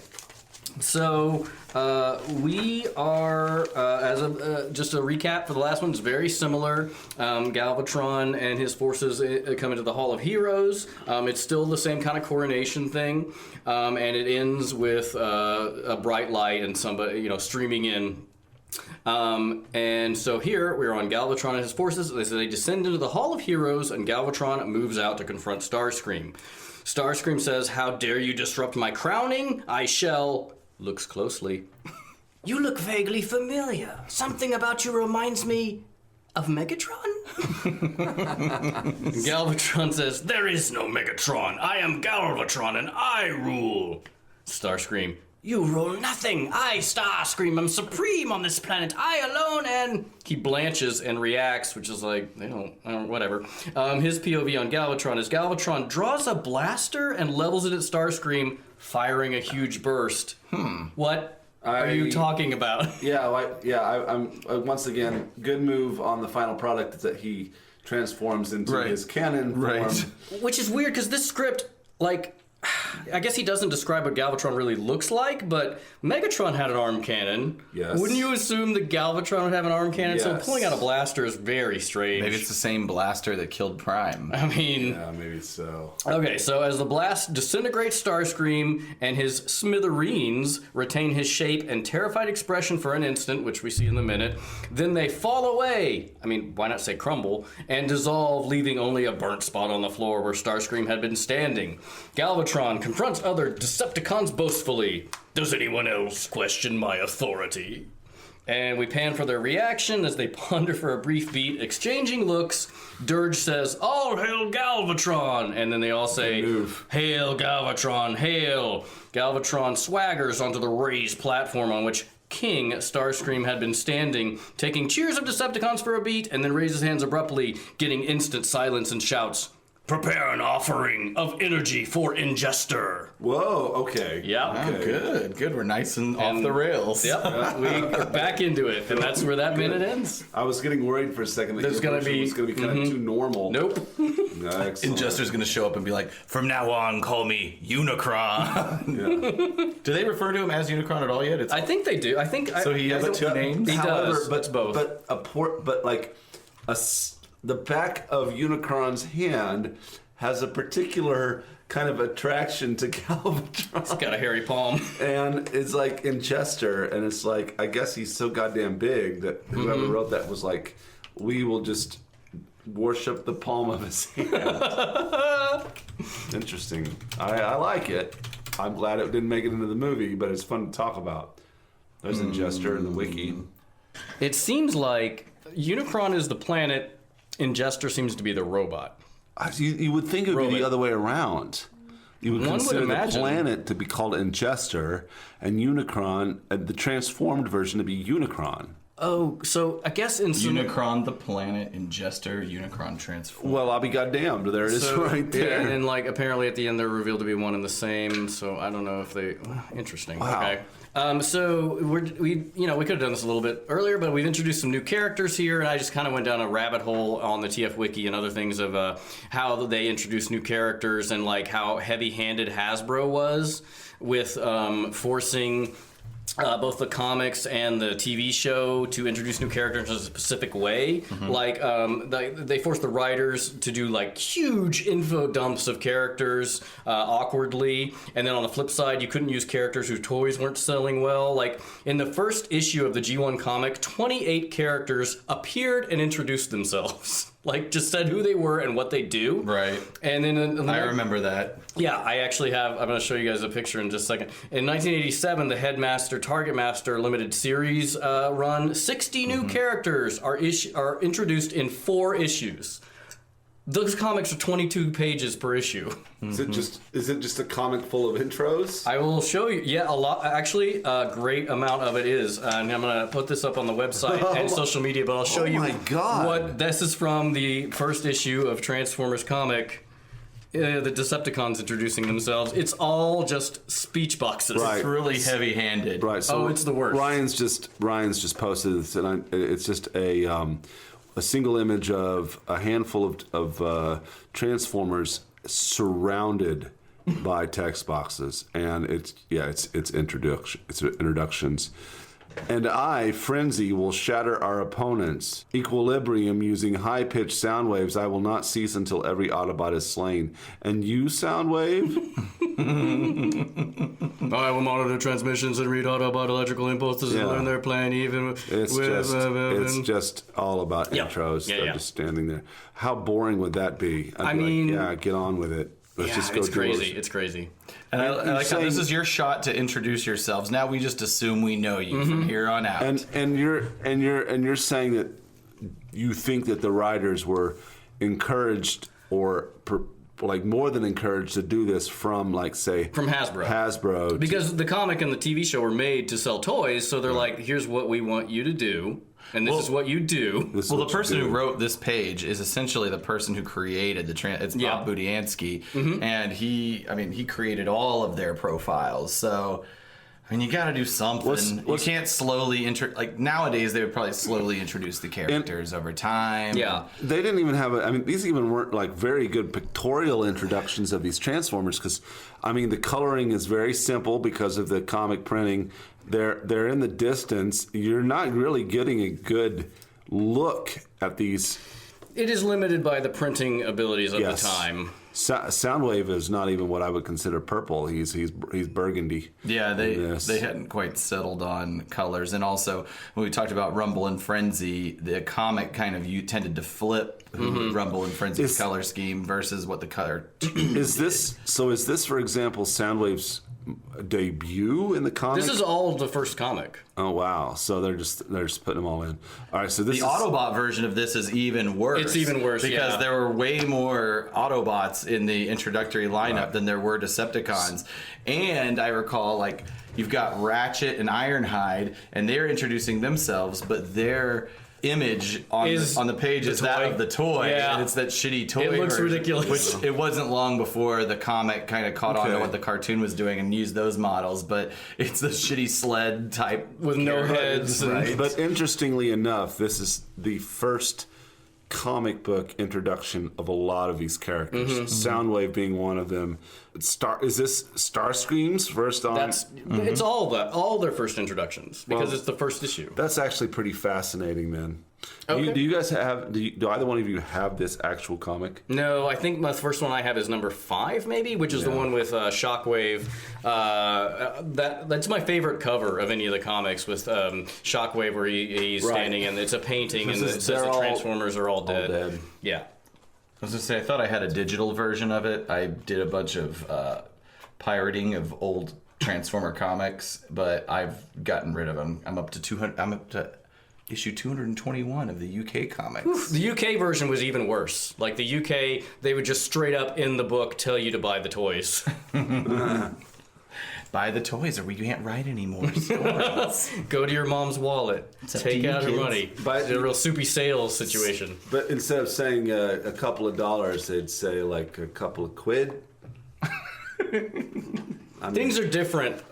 I mean, elevators are lifts, braces are suspenders, Apartments are flats. fucking chips are fries, black is white, Let's not even talk about Dogs what and- slags are. dogs- cats living together, Dogs and cats living together. mass hysteria. We got to Ghostbusters. Next episode, everybody. That moon base is fucked. And we're going to pay a visit to 2 of our coolest old pals. Just wait for it, Caleb. Okay. Just wait for it. So thank you all for listening to us on this special Halloween Part 2 episode of the Autopod Decepticast. Spooky. Please continue to listen in. Tell your friends to listen in. We're all over iTunes, Stitcher, Google Play, and TuneIn. Remember, Halloween is also Ryan's birthday. That's right. Even though this is after Halloween, feel already free to happened. continue to wish him well. Yes. Buy him presents. Buy us all presents. Just asking for gifts. All right. Thanks, everybody. Bye, bye, bye.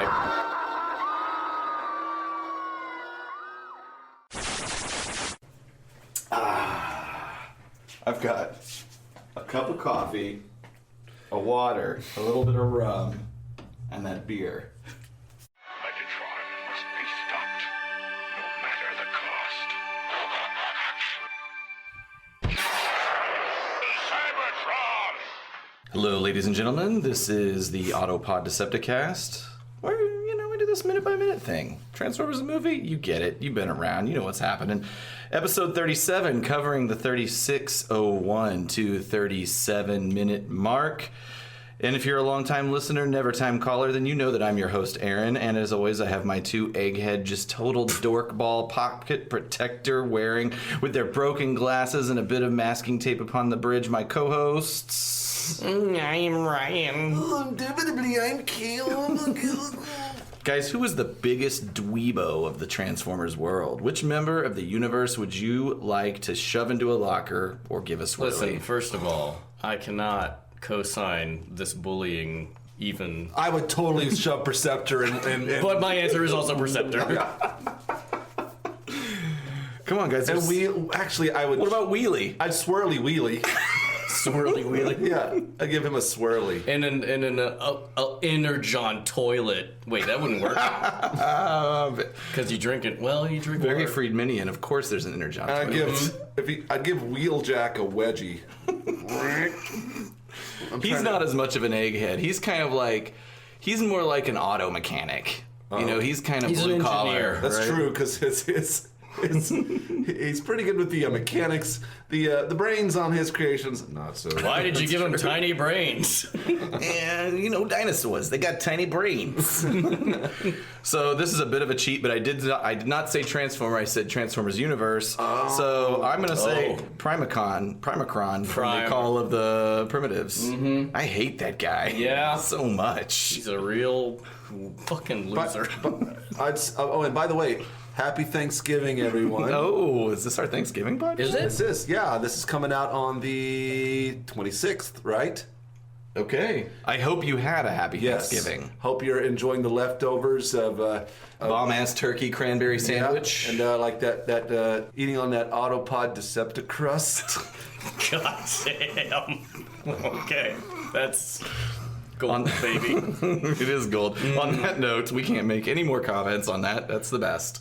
So, Jazz and Cliffjumper made Unicron plumper while Spike and B prepare to take their leave. So this is Unicron's Thanksgiving. That's right. Wow, yeah. How serendipitous. So you'll recall we were following a somewhat dubious countdown as Spike and Bumblebee hopped on a ship, left the moon, which took somewhere between 20 seconds and 20 minutes to accomplish. Spike and B got off the planet. Wait. Why 20? What are you talking about? 20 minutes?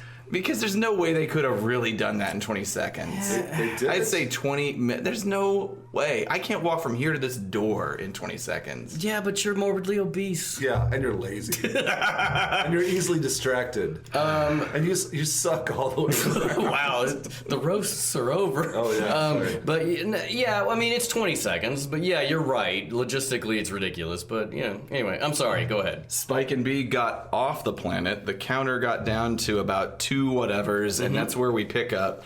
And as the minute begins, Unicron is cramming the whole moon into his mouth, as I do sugar cookies. And as I did to that stovetop stuffing at my mom's house this past weekend. Oh man, your mom has the best stuffing. I love that stuffing of your mom. Oh, okay. So basically, the moon is the exact same size as his mouth. And how convenient. Yeah, and you can see some of these round nodules if we were to go back to the old fluoro dairy drawings. That's how big Earth would be in comparison to this planet. But then again, if we're going by the fluoro dairy, yeah, it all changes. It doesn't. It's really all matter. different. So I've never really noticed this before, but the way Unicron eats is kind of the way insects eat, like the ones that like ants and those that have mandibles, and the way they just kind of force them in their mouth. It's kind of cool. my aunt kind of she ate like that at the meal. Oh, She the casserole was stuffing delicious this year. stuffing cranberry sauce in her face. Caleb is exclusively doing Thanksgiving comments this episode. So the timer gets down to 0 as the planet goes into his mouth, and booyah! Yep, kaboom. I don't know how. I mean, I say it all the time. Awesome explosion at this point.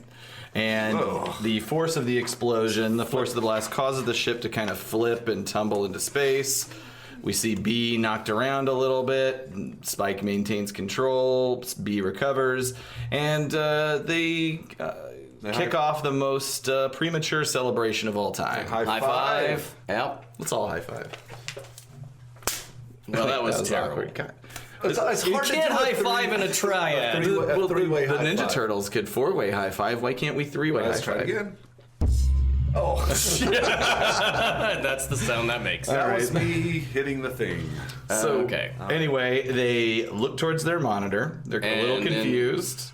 And it turns out that explosion didn't do a goddamn thing to that planet. Immediately, they go from Oh. And so, speaking of goddamn and cursing, this is where the famous Spike cursing sequence takes place. Was this? I remember the open, damn it, open. I don't remember him saying shit. Was this because? Can you explain to me why I don't remember him saying this? I can. Or do you want to do it? You go for it. I Okay. talk all the time. Well, basically, they wanted to get a PG rating in the movie on the theatrical release because PG movies showed more showings per day and tended to be in more theaters. And so for the theatrical release, they included "oh shit" to get the PG. Then on the home video release, they edited that part out to make it family friendly. Did they leave the damn it though in? They did. So That's why you remember the damn it So and not the in order shit. to get a PG rating, you have to have like 2 cuss words. I think shit or fuck. Well, fuck probably. I think you can say fuck once and still get PG-13. I'm not for sure on that, but there's a certain number. It's just classification. Yeah, there's a certain Damn number of is- curse words and what kind of curse Damn words. can probably go in G, I'm guessing. And the MPAA is garbage. So Damn can go in G. I guess the secret in Nim. There, he said. Was that a G? I'll have to look if the secret in Nim was G or PG because there was the word damn in the secret in Nim. well, and also it changed in like '82 when PG-13 came out because like the Star Trek, the original movie is G, and they have a curse word. I don't remember what curse word it is in there, but they have one. So as far as home video viewing, the shit wasn't restored until the year 2000. There was the Rhino re-release of the movie, and I would assume that would have been on DVD, and that's when we all got to rehear again. So basically, you only heard it if you saw it in the theater. Yeah. And then as a kid, I never knew that it happened because I didn't see it in the theater. Nope. I never heard it until actually I think rewatching it here was aside from like clips on YouTube or whatever. I think this was the first time I'd heard it in the movie. Spike's all grown up, everybody. That's right. His language. It isn't even intended. I'd be saying more than shit if it were me in that situation. Well, then first you say it, then you do it, and that's a Bill Cosby joke, and we don't Talk about him anymore. No. You're out, Kaz. That's All right, so at 36:19, these guys are looking in their monitor. I love this sequence of the debris being sucked into Unicron. They're basically directly behind his mouth. The only thing, and I am just being a total nitpicker here, it would have been cool if they would have, I'm assuming that this camera is affixed to the back of their ship, and it would have been cool if you could have seen like them panning away from Unicron as... because since the ship is moving away from Unicron at this point, but it's static. It's static. Gotcha. And you just see all this stuff. But that is a minor nitpick. Sure. But some sort of light envelops them, similar to Jazz and Cliffjumper, and they are sucked into it. Get sucked into it. Damn it. Yeah. And again, if you don't know the story, you've once again watched the last of anybody you care about from the season 1 and 2 just die. They got sucked into Unicron like my uncle sucked in that mashed potatoes and gravy. I'm glad that's how that ended. Did your uncle just sit at one end of the table and go... And it just came to him. With a straw, with the slurping sound. People are going to hate these last 3 episodes where we all do slurping sounds. Do you remember when your jaw was wired shut and you had Yes. to slurp everything for like a year and a half? It wasn't that long. Like 6 weeks, wasn't it? I had my jaw wired shut for 8 weeks, and I couldn't get full, open, my mouth fully open for probably another 2 or 3 months after that. Like, I remember... Whoa. Yeah, well, your jaw atrophies, and it's relearning, so I had it wired shut for 8 weeks. I didn't really use a straw. I just tip it up and... Didn't you lose a lot of weight? Yeah, I was already really skinny. I mean, I was at that point. That was the summer between high school and first year of college, and I was only weighing 130 to 135 pounds to begin with. I was super skinny. And how tall are you? I'm 5'10.5". Okay. I got down to 125 pounds. Jesus. Wow. But I held on. I survived on. I held on. I held on. I survived by drinking a lot of sports shakes, Ensure, and Shout out to Insure, sponsor us. Yes, please. Post Thanksgiving. V8s, pineapple juice, and I got to the point where I had such crazy cravings that I would have my mom, for breakfast, she would take a cinnamon roll and add milk and put it in a blender, heat it up in the microwave, and I would drink it. That actually sounds awesome. And then she would take green beans and stuff and blend. I would a pureed soups, anything Like baby food. Yeah, Adult baby food with flavor and salt and stuff. It got to the point where I just was craving I was craving savory. I had but the most disappointing part of that whole thing was when I got my jaw wired. We all had a plan. My whole family was going to take me out to eat, and I could have a regular meal. What I didn't realize is after I got unwired, I could only open my mouth up maybe like a centimeter. And so I was actually, while I could kind of shove French fries in, I was really incapable of chewing and swallowing still. Was it really sore? Or it wasn't the sore. next day after you had that It meal? wasn't sore. It was just like, it was, I would have pushed through that.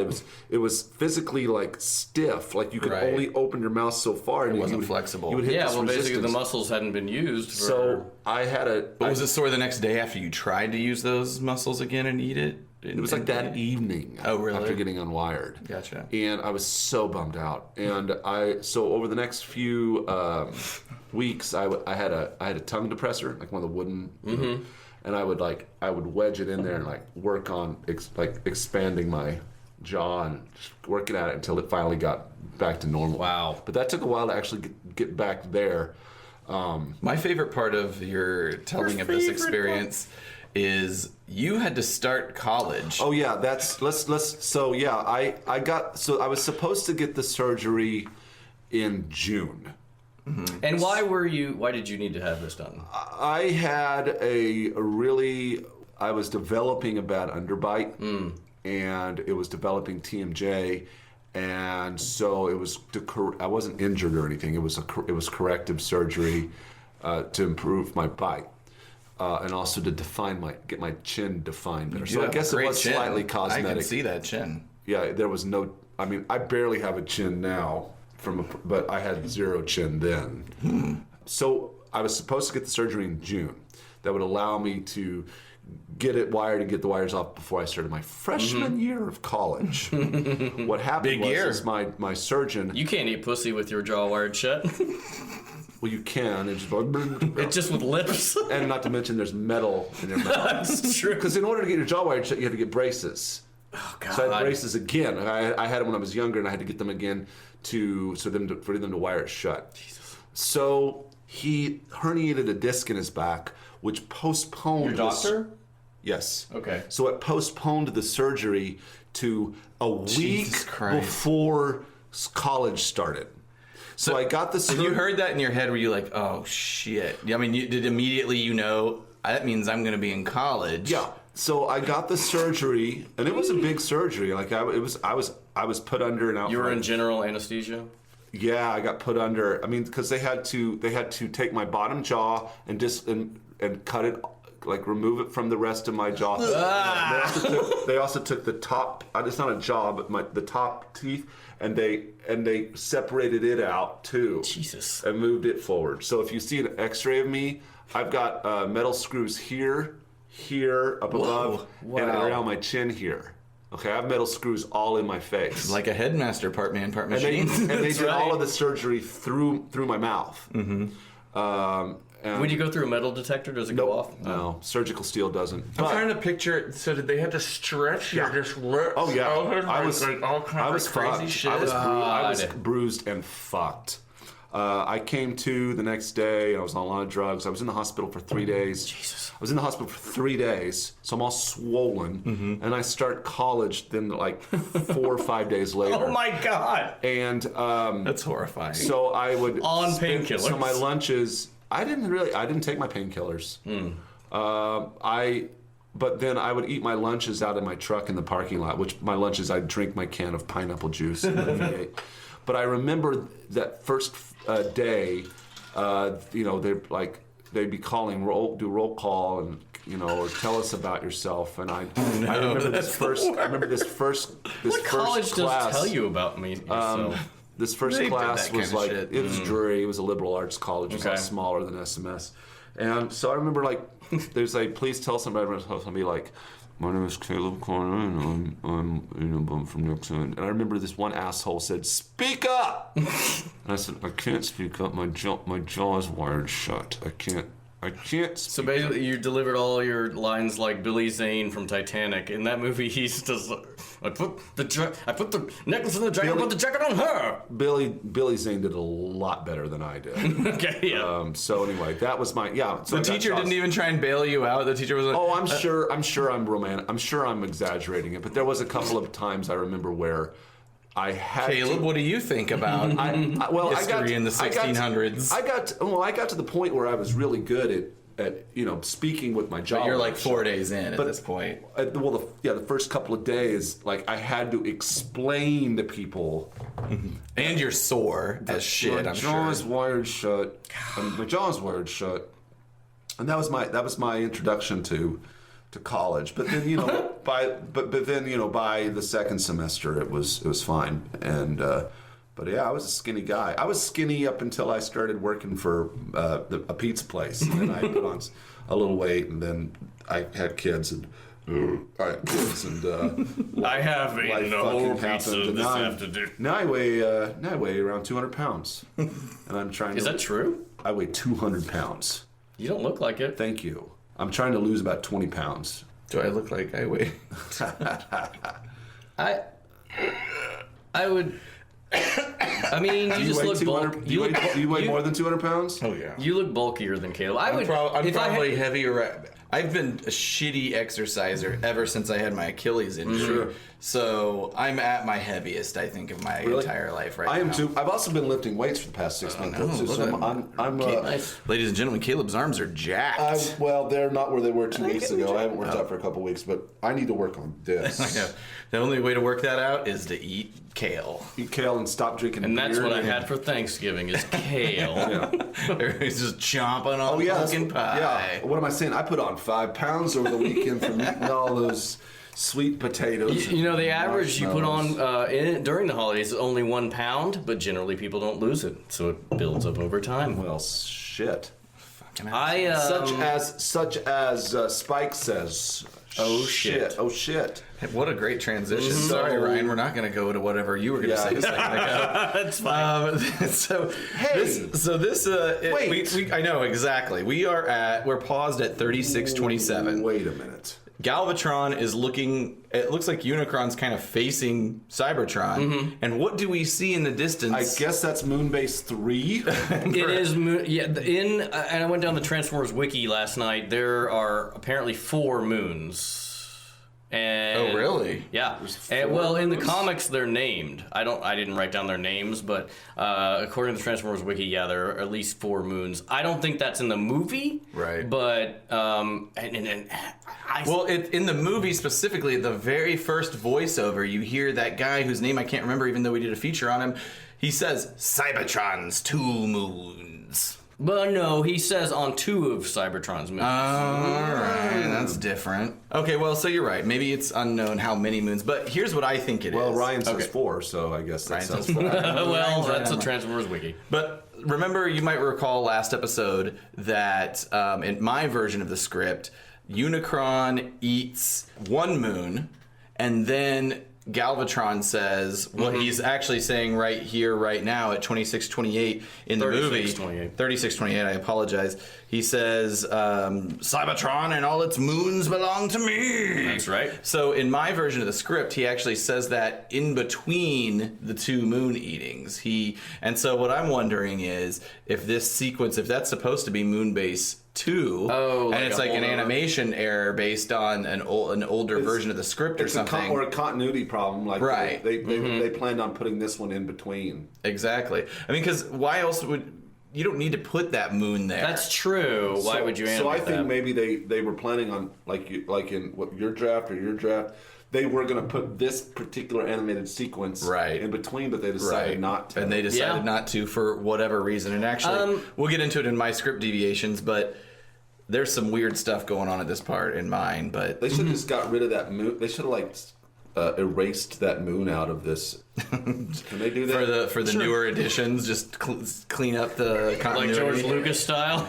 I will also say, as a kid, we've talked about misunderstanding some of the words, or some of the lines throughout time as we interpreted them. I always thought until this moment, until reading the script, I always thought that Galvatron said, Cybertron and all its fools belong to me. I never thought he said moons. I thought he said Cybertron and so I was wrong about that. That was my marvelous look. It's Unicron. Yeah. Or also my Megatron.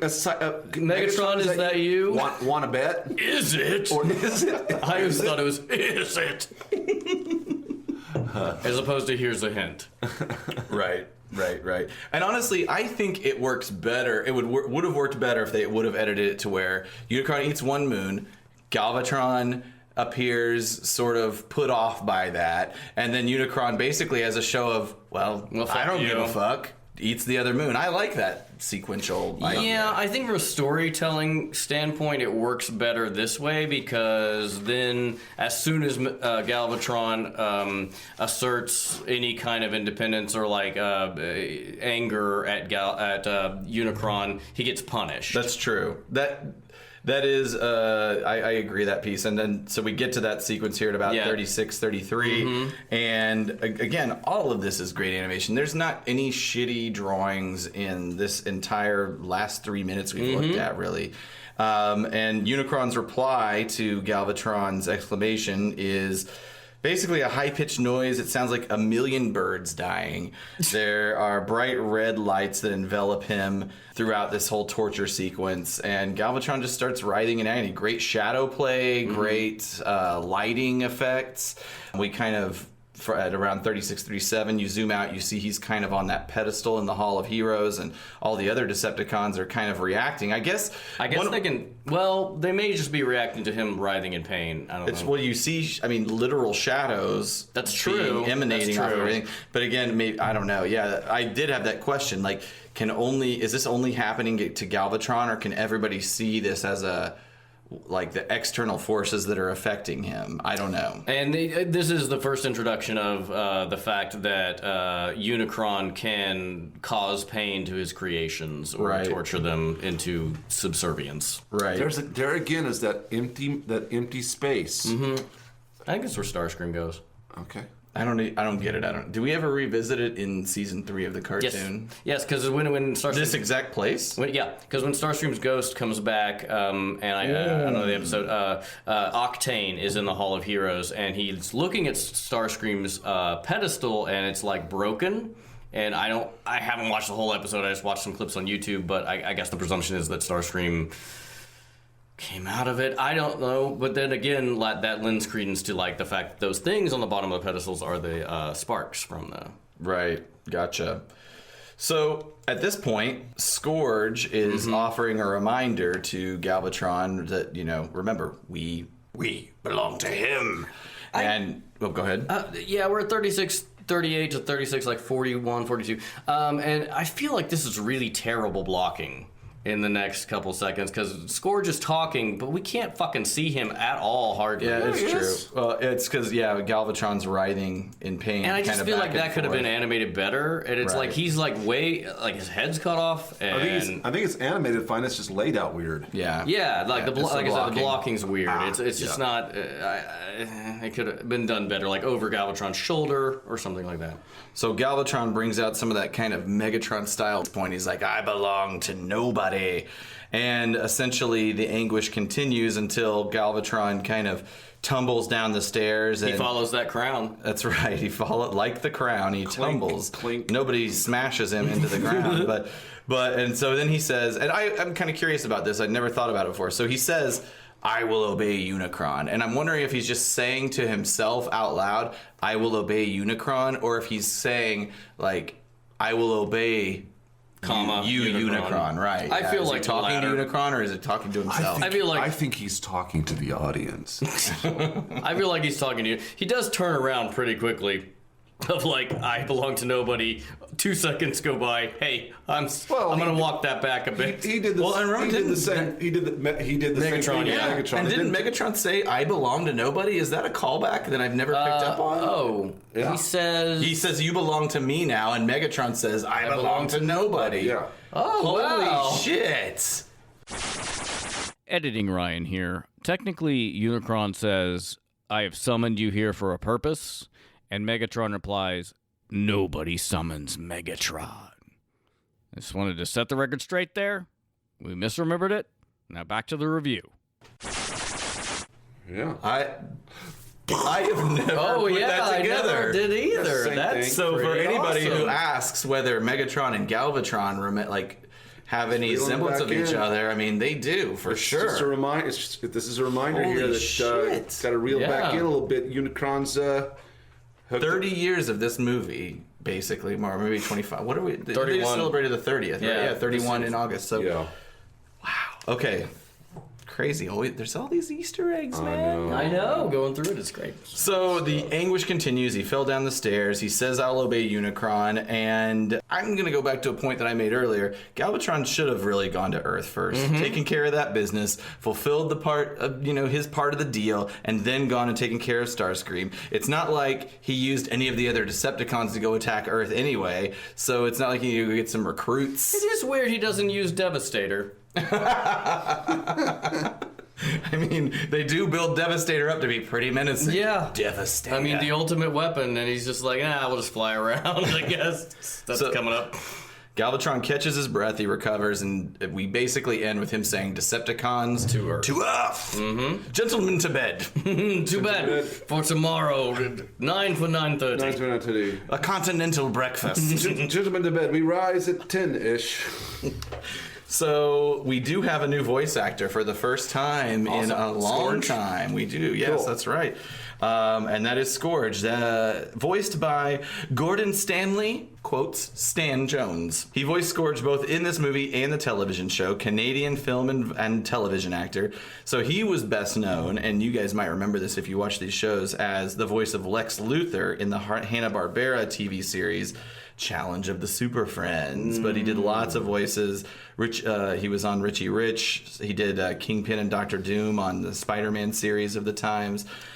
He was on Alvin and the Chipmunks. A lot of kind of utility roles. Heathcliff. First of all, hang on a second. Heathcliff and the Cadillac Cats. Do you remember that being the They full were a name of band. the show? I hated the Cadillac Cats. I hated the Heathcliff cartoon. I was not a fan. I hated the Heathcliff cartoon. Snorks, Jetsons, Greatest Adventure Bible Stories. Oh. G.I. Joe Tailspin. He was also on live TV. He did some Mork and Mindy. He had a role on Beverly Hills 90210. And other than Super Friends, really, Transformers was one of his main gigs. He put in 19 episodes into that. He also, aside from Scourge, did Misfire, who was a target master, so you didn't see him until towards the end. And Lord Zarok, who, as any true fan knows, was the headmaster, ultimately paired with Scorponaut. Yeah. I'm glad to hear that he is continuing to have a very good voice actor career. So many voices, you could still find him doing voiceover work today in heaven. Oh, God damn it. He passed away in 1998. Son of a bitch. Man. The city of Los Angeles. I was hoping to, just by willing him to be alive, he would be alive. Nice try. But didn't work. Fuck. Really, these last 2 minutes have been really iconic reminders of Unicron's power. He ate 2 planets, or ate 2 moons, rather, and he tortured Galvatron remotely. It's just kind of like, oh yeah, I remember he could do that, and he can do that. So he's not to be fucked with. He is not to be fucked with. Excellent. Well, that's all. Unicron ain't nothing to fuck with. Unicron ain't nothing to fuck with. Unicron ain't nothing to fuck with. All right, guys. Next week, Hot Rod is hooked on a feeling. Ooga chaka, ooga ooga ooga chaka, ooga ooga ooga chaka, ooga ooga. Hot Rod can't stop this feeling Ooga chaka, deep ooga inside of him. Ooga ooga ooga chaka. I am going to make another Thanksgiving pun here soon. Okay, that's it. We're done. Nope. We'll wait for it. Oh, for anyone who That's- hasn't shut this off yet. What else is happening? Hot Rod's hooked on a feeling. I'm hooked on cranberry salad. I don't know, what's it called? What is cranberry Sauce. Cranberry sauce. What is it called? Cranberry salad? Cranberry salad. I mean, I like dried cranberries Sure, in and you guys salad. never had salad. It's delicious. You guys don't eat cranberry salad for Thanksgiving? It's just liquid cranberry juice, and they suck it up through a straw. That's right. Carter family tradition. I quit going to Carter Thanksgivings when I was It like was 9. all I just knew- bowls of I knew- cranberry I juice. knew it was a really weird situation. So Hot Rod has a feeling. Galvatron is finally a man of his word. He goes to Earth. And that's it, guys. So listen to the show. We've got iTunes, Stitcher, Google Play, and TuneIn. Follow us on our social media. All right, everybody, thank you for your time, and have a happy holiday. Yes, happy Thanksgiving. Bye, bye, bye. Woohoo! What? I don't know. Fucking. This is hot. This is crazy hijinks on this one. Megatron must be stopped, no matter the cost. Cybertron! Hello, ladies and gentlemen, and welcome to the Autopod Decepticast, your weekly podcast that delivers a minute-by-minute breakdown of the 1986 Transformers movie. And we're covering minute 39, which is the 38:01 to 39-minute mark. I am your host, Aaron, and I'd like you to also welcome two of my right-hand representatives from the Reagan era. Hi, my name's Henry Kissinger. And I'm Mark. I want everybody to hear my tapes that I stole from Nixon. Oh, it's so hilarious. And I'm Walter Mondale. There we go. Thank you for feeding me the Kissinger one. Aside from Transformers, what do you guys remember about the 80s? I remember Anything? Quite a I mean, Yeah. Oh, that's a good question. 10 whole years of our lives were spent in this decade, Yes. and it wasn't all transformable robots. I mean, Reagan, obviously. Oh, I lost my virginity in the 80s. You did. did? Yeah, I was 12. You In 89. your self virginity. Did not lose your virginity in the 80s. It is weird to think, like, I think of like, you know, I did a lot of my fundamental growing up was in the 80s, but like in 89, I was 12. So Speaking of the 80s, reading is fundamental. I remember Pizza Hut had that like reading program where you read so many books and get private pan pizzas. Personal pan. Personal pan pizzas. Private. Private pan. That is whenever you go in the back Let me with the tell you. cook. They shape the Let me pizza tell in you. the shape of a dick. I don't know balls. I don't know what program you were in, but I did not get any private I think you were pans. just molested, Ryan. Did you guys avoid the Noid ones? I do. I mean, you know, Atari, Nintendo, all these things that were so iconic. Like I remember getting our first VCR. Yeah. I was heavy into Game Boy by the end of the year. And this is back, like, ladies and gentlemen who don't remember, whenever VCRs and Nintendo first came out, you could rent both from the video store. You could rent a Nintendo for like 3 days. And that's what we did before I got one. I rented a Nintendo and it had Mario Brothers and Zelda. And Did you ever? It always mystified me where there was a beta section. Yeah. In the video rental store. I didn't know anybody who owned a beta. I guess there was a market for it for a little while. I had a friend, I think it was maybe Travis, which I'll edit that name out, but You don't have to. He's a Facebook friend with me. I think he would actually be a big fan of this show. He lives in Oklahoma now. I think... And his phone number is... There's his address. I think I may be conflating with some, but somebody's house had a... no, it wasn't him because he just lived with his mother, and I found a porno at somebody's house that was a beta tape, and we were like... What was beta as opposed to VHS? Or... It was, I mean, obviously the tapes were smaller, but supposedly it had better quality, audio and video was better, and really what made VHS the winner was that's what porn shows. I've heard that that's actually A myth? history told incorrectly. I don't know. Okay, last episode, we saw Galvatron and his entourage barreling down on our Autobot City comrades. There was some unsubstantiated braggadocio and some sick comebacks, but not much real danger at this point. And as we get to the end of the minute, Cycloscourge, one of those two guys, offered to gut Ultra Magnus. And as we begin this movie, Galvatron replies, "There are plenty of Autobots for you, but Ultra Magnus is mine." Just to speak to that for a moment, he says that and then proceeds to never go after Ultra Magnus again. No, it's true.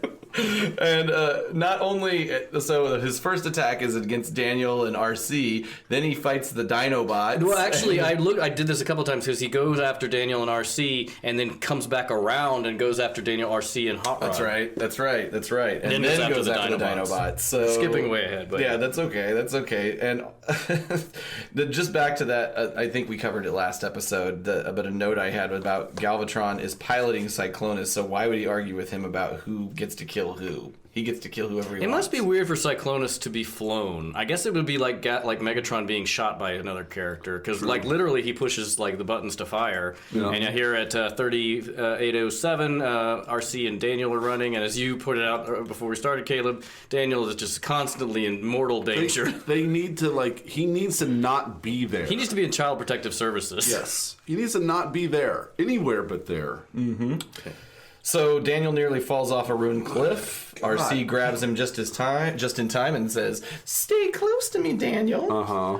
And then we've got Hot Rod coming around from behind, saying something dumb. And he's like, he pulls sort of like a fake gentleman's move. He's like, "And you better stay close to me, because you're just a lady." Yeah, because he's keeping people safe. That's, Yeah, exactly. God, I hate Hot Rod. It's like the difference, but it's like it's not chivalry because it's not really motivated by chivalry. It's motivated by he feels like he's better than her. She just saved Daniel. Yep.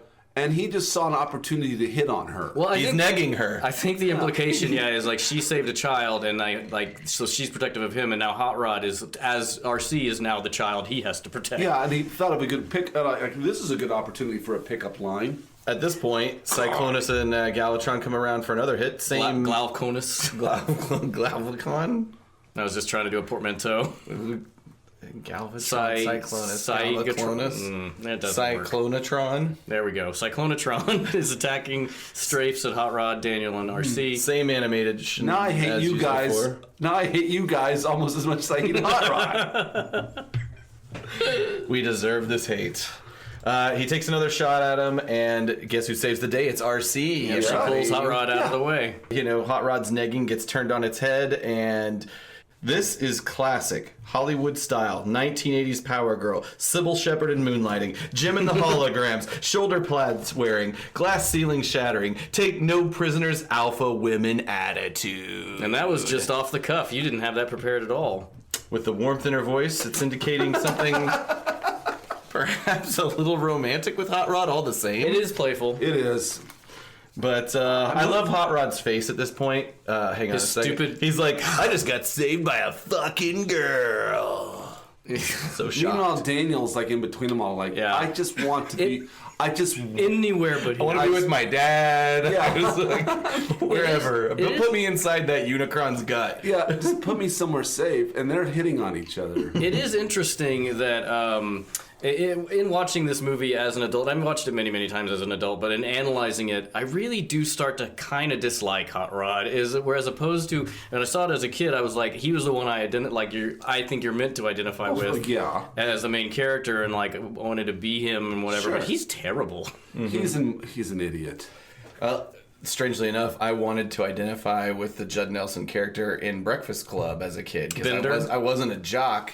But I wasn't a burnout either, but he seemed so much cooler because he just didn't give a fuck. See that scar? Looks like about the size of a cigar. Do I stutter? Right. But in retrospect, you don't want to be that guy either. No, he was a total douche. He's definitely a burnout. Yeah, he was also a jerk. So we're at the 38:20 minute mark. What we're seeing here is a really, truly infuriating sequence. It is quite annoying.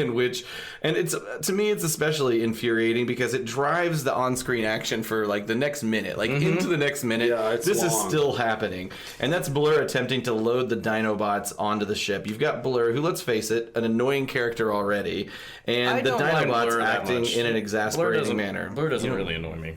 I fucking could leave him. But again, Snarl is once again missing, but Swoop is back, and he's trying to get Grimlock. Who's the pterodactyl? Swoop. He's pulling the old rat. He's got some rat bat action. His wings are just 2 frames of animation.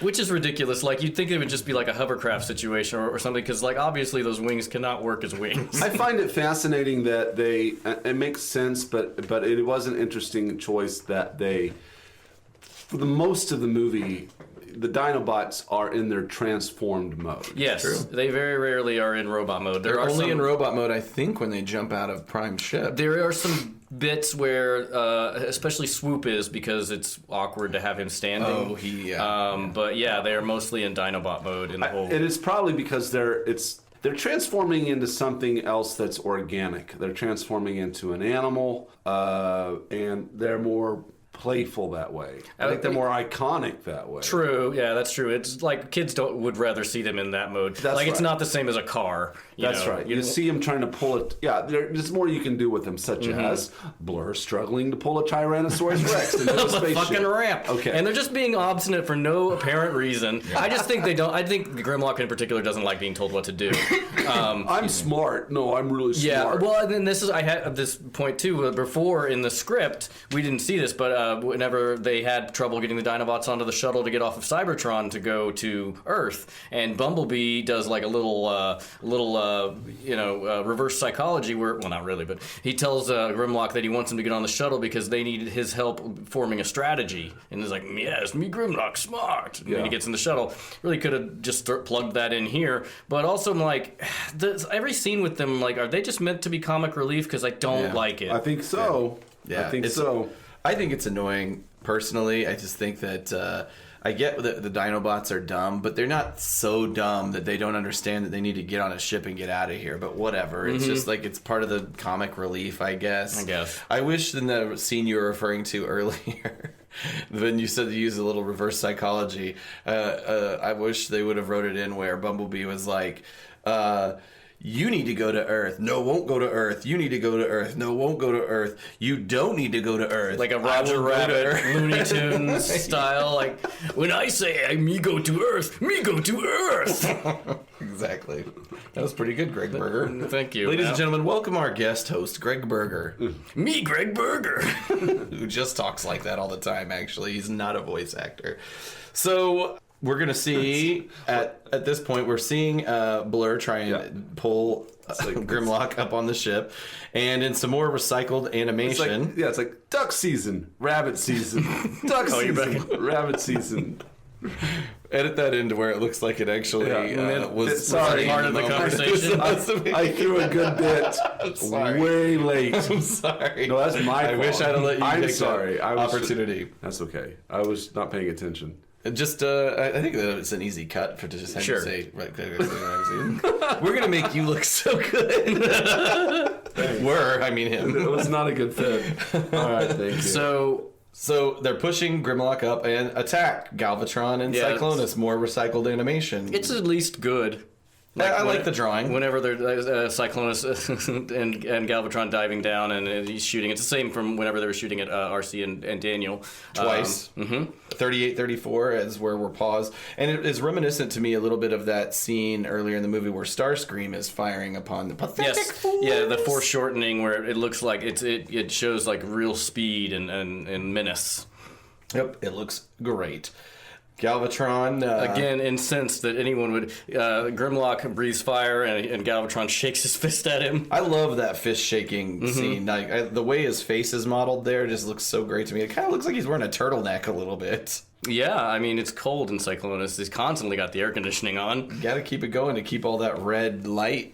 Do you know why they have the red light? It's because you can need to preserve your night vision. They do that on submarines. And then also pirates used to do something similar with the eye patches, because when you go below deck, you can just take the eye patch off and you have night vision in one eye. Wow. I've never ever thought of that before. It's just tinted glass. So, taking another shot, you see the sweeps are now in tow. Yes, 3842 to 3844, basically. They come by, and the Dinobots, I think totally are the only ones who actually down some Decepticons in this entire movie. Right. In fact, this might be the first real Decepticon death in the movie. Yeah, they're just sweeps. Which some sweep gets caught on fire by, I believe it was, hang on, I made it. Both Grimlock and Sludge. Sludge is the one that actually, there's another Autobot killing shot. And there's another Autobot ship. Yeah, that's two ships. Yeah, because Ultramagnus and them get in one, and then Hot Rod and the Dinobots and Cup get in another. I don't know why that has to be colored differently, but he blows up. He explodes. That to me, that's a dead Decepticon. Kill? Yep. So I don't know why Hasbro is like so against killing the bad guys. Like the scoreboard is like 5-1 now in favor of the Decepticons. So, or as we now know, it is Mattel Hasbro. No, they didn't. That didn't happen. But this happens in the future, so who knows? This is the future past. What? Is that the X-Men movie? Days of Future Past. It's it was originally a storyline, but yeah. That merger didn't happen. Okay. And if that's what you're referring to. I didn't think it had. I was just Attempted hoping. merger. I was going on a gamble that it will happen by the time that this comes Oh, I out. see. It was rejected. I see. I mean, unless they come up with a hot offering. But the last offering wasn't good enough. I have a bag We of don't shit. want it to happen anyway. No, we It'll do not. destroy competition. Prices for toys will go up. Combination this- of giant companies is never good, guys. This whole thing is going to be tougher to finish. Imagine, And by this time, maybe you're paying for this but think podcast about because the, net neutrality Think has about gone the over. crossovers. There'd be like a Transformers Monopoly game. I think there has been. They licensed that shit out. All right, so Jesus. so Ultra Magnus shows up on the scene where Blur is trying to load the Dinobots. Get the Dinobots in the shuttle. He's fucking pissed off, man. Yes, I would be too. I don't mind Blur being in trouble because fuck that annoying piece of shit. I'm Team Blur. But also, why did Ultra Magnus get mad at Blur and not the Dinobots? Why doesn't he just tell the Dinobots to get in the shuttle? On He's the goddamn boss. ship. That's true, but I think it's also like wrangling toddlers. Like, you don't get mad at the toddler, you get mad at the person who's ineptly... It's just disappointing that they're. I leave the toddlers on Earth and go into space. Well, It's just disappointing that after all of this, the not the other Autobots way. are stuck with their main brute squad is the Dinobots. The only people that have a confirmed kill. oh, and Grimlock is in his robot form when he fights Unicron as well. At one point. I just remember that. But yeah, it is, yeah. We'll find out. Is that right? Yes, at one point. He's in both forms, but at one point. Find out in future episodes. That's right, we'll hang on to that one. So, Blur lets out an obnoxious stream of excuses, to which Ultra Magnus says, okay, forget it. And this is just more of him, like, at any minor pushback, he immediately is like, I don't want to hear it. I can't fucking deal with it. Can't deal with this. Like, I would say he's a good leader, but he has a real short fuse for problems. Yeah. And numerous times, you pointed this out, Aaron, he says, oh, I can't deal with that right now. Right. He can only do so much at a time. All right, Blur, you're a total failure. Let me get to my A-team over here to do it. And then Cup and Hot Rod have got to be like, we got to do everything around here. And So- we'll see in the next minute in the most stupid way possible. To get him on the shuttle. I just say fuck the Dinobots. Leave them on Earth. You need we the don't have Dinobots. time for that shit. They didn't add value against Devastator. They aren't really going to add value against Unicron. Although I guess without them, Cup and Hot Rod will die. But That's the thing is that I just feel like the Dinobots are not utilized very well in this because they really are like powerhouse like combatants and they're just not. They don't do much of anything in this movie. do you realize that any time that somebody says the word utilized, you could just say used? Well, It's just a pretentious why version of the fly word a used. kite when you can pop a pill? So that brings us to the end of this minute, ladies and gentlemen. And I have no voice actors to speak of today. I do have some minor...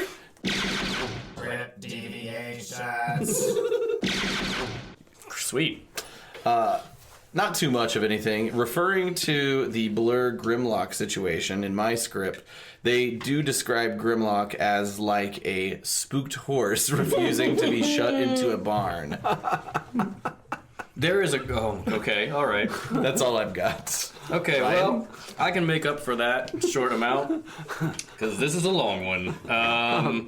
So, again, you write the first draft and cut, but whew, Ron really left it all on the stage here. I mean, this shit it jumps all over the place. Here we go. Okay.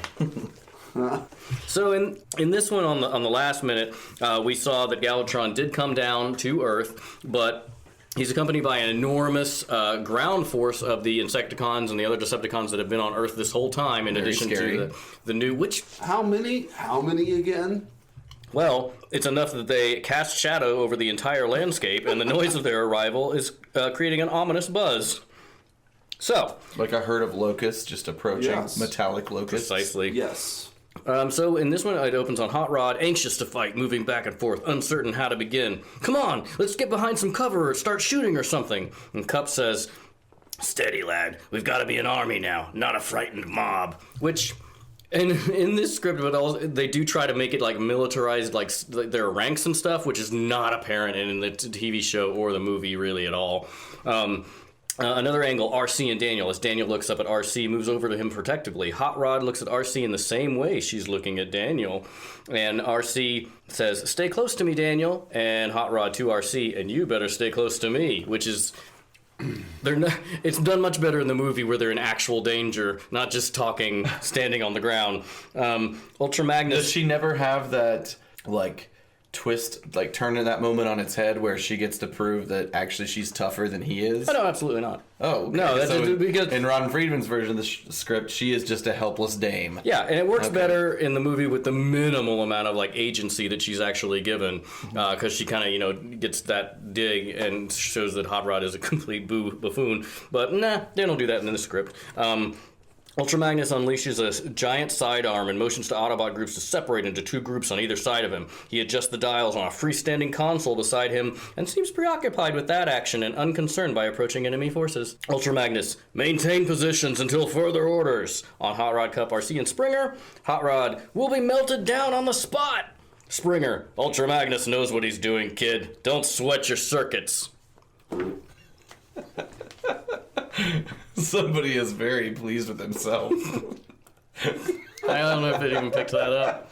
I heard it, so I assume it picked it up. I'm sorry. I didn't realize that would be as audible as it was. There's that pizza coming back around. And maybe the beer. I'm surprised that hasn't happened any sooner on this series. Next time, just do it directly into the microphone. Well, I imagined that before I did it, and I thought, no, I shouldn't. That'd be terrible. Please continue. All right. I'm so sorry. Galvatron and his forces are now directly overhead and coming down lower, and Galvatron, and this is his battle cry, "Ingester!" That's it. What was our battle cry? Our Thanksgiving battle cry, Caleb?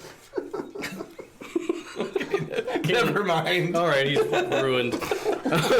Galvatron starts firing it down on Autobots, and Ultra Magnus pulls a lever on the console and hurls himself away from the center of the area. Whoa. Autobots, keep down! On center of area on which he's been standing, a large opening irises in, and a billow of white gas spews up in an expanding mushroom-shaped cloud that explodes with a soft pop sound, and then tinkles like thousands of glass bells as an even larger, fast-expanding cloud of blinding, glittering particles surge upward, filling the screen. And Galvatron says, "Optic Dazzler gas!" Speaking of gas. Optic Dazzler. Yeah. Too bad I timed that too early. That would be perfect. I'll cut that in right there. Optic Dazzler gas. Which I guess it's like a frag grenade, or like that's meant to interrupt communications or whatever. Friedman, you madman. I mean, I put 7 exclamation points and question marks after that. That's crazy. Yeah. Galvatron averts his eyes, shielding them with the flat of his hand as the others are sharply silhouetted against the brilliantly glaring white sky like figures caught in strobe lights in a dark room. On thrust, as he is blinded and flies crashing into Bone Crusher, who splats down across several sweeps, troopers falling heavily. On Astro Train, he is also blinded and spins out of control, transforming from train to space shuttle to humanoid and back again. As he spins, knocking Cyclonus and a wing of the Decepticon planes into one another, causing them to crash, zoom away, and through their own forces, scattering them in the sky. All action in a flashing silhouette effects like after images. Over this action, we hear Galvatron shouting, "Cover your sensors and regroup! Follow my voice patterns, you cretins!" Cretins? Cretins. God. On Ultra Magnus as he lands from his leap away from the center to join Springer, Cup, Hot Rod, and RC.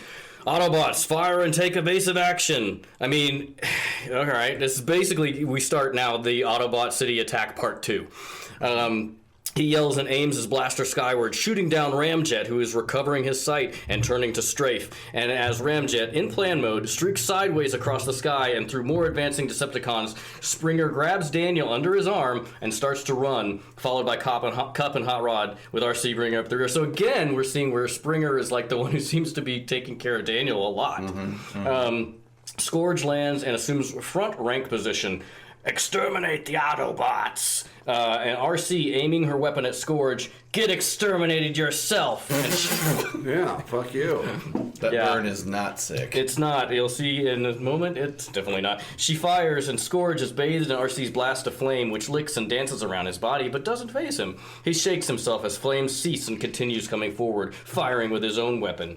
On RC, as Hot Rod grabs her by the waist and pulls her to one side, as Scourge's blast misses her by inches and melts down a portion of the city. Oh, so Friedman gave Thank Hot Rod the Thank God. the move there. And he even chastises her. Hot Rod says, "Practice bravery some other time." Oh, Jesus. Yeah, it's pretty bad.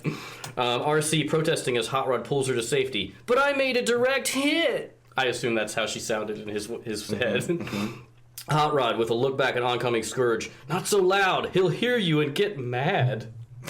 I don't know what that fucking means. So she made a point that she did something good, and he quickly corrected her, telling her, "Don't talk so loud, because Galvatron will hear us." Yeah, there's a couple more pages of this. So, okay. Are you gonna read all of it? I mean, that's basically takes us up to the next minute. Is the next couple of pages. This is the second attack on Autobot City is huge here, and that's why they paired way back. And I mean this in no kind of bad way. Is it worth reading it gets all weird of it? and interesting. Okay. I've been skipping some of it. That's fine. Then read it. I want to hear it. But then Scourge is almost on them, and Hot Rod reaches up and quickly pulls down a trussed column holding up new construction.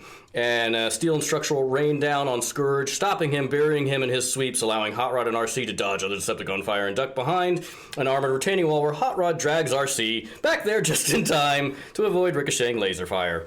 Okay, and this is where Springer comes up and says, "Don't get too comfortable. Take care of Shorty here until I come for him," and basically gives him the Daniel. And then this is where Springer, and I feel like Friedman must have loved the idea of an Indiana Jones type character in Springer, because he becomes like a total badass and actually shows some military rank, where Springer says, Hot Rod says, "But I want to nail some Decepticons." And Springer says, "That was an order, Junior." And to RC, "Make sure he doesn't do anything too heroic."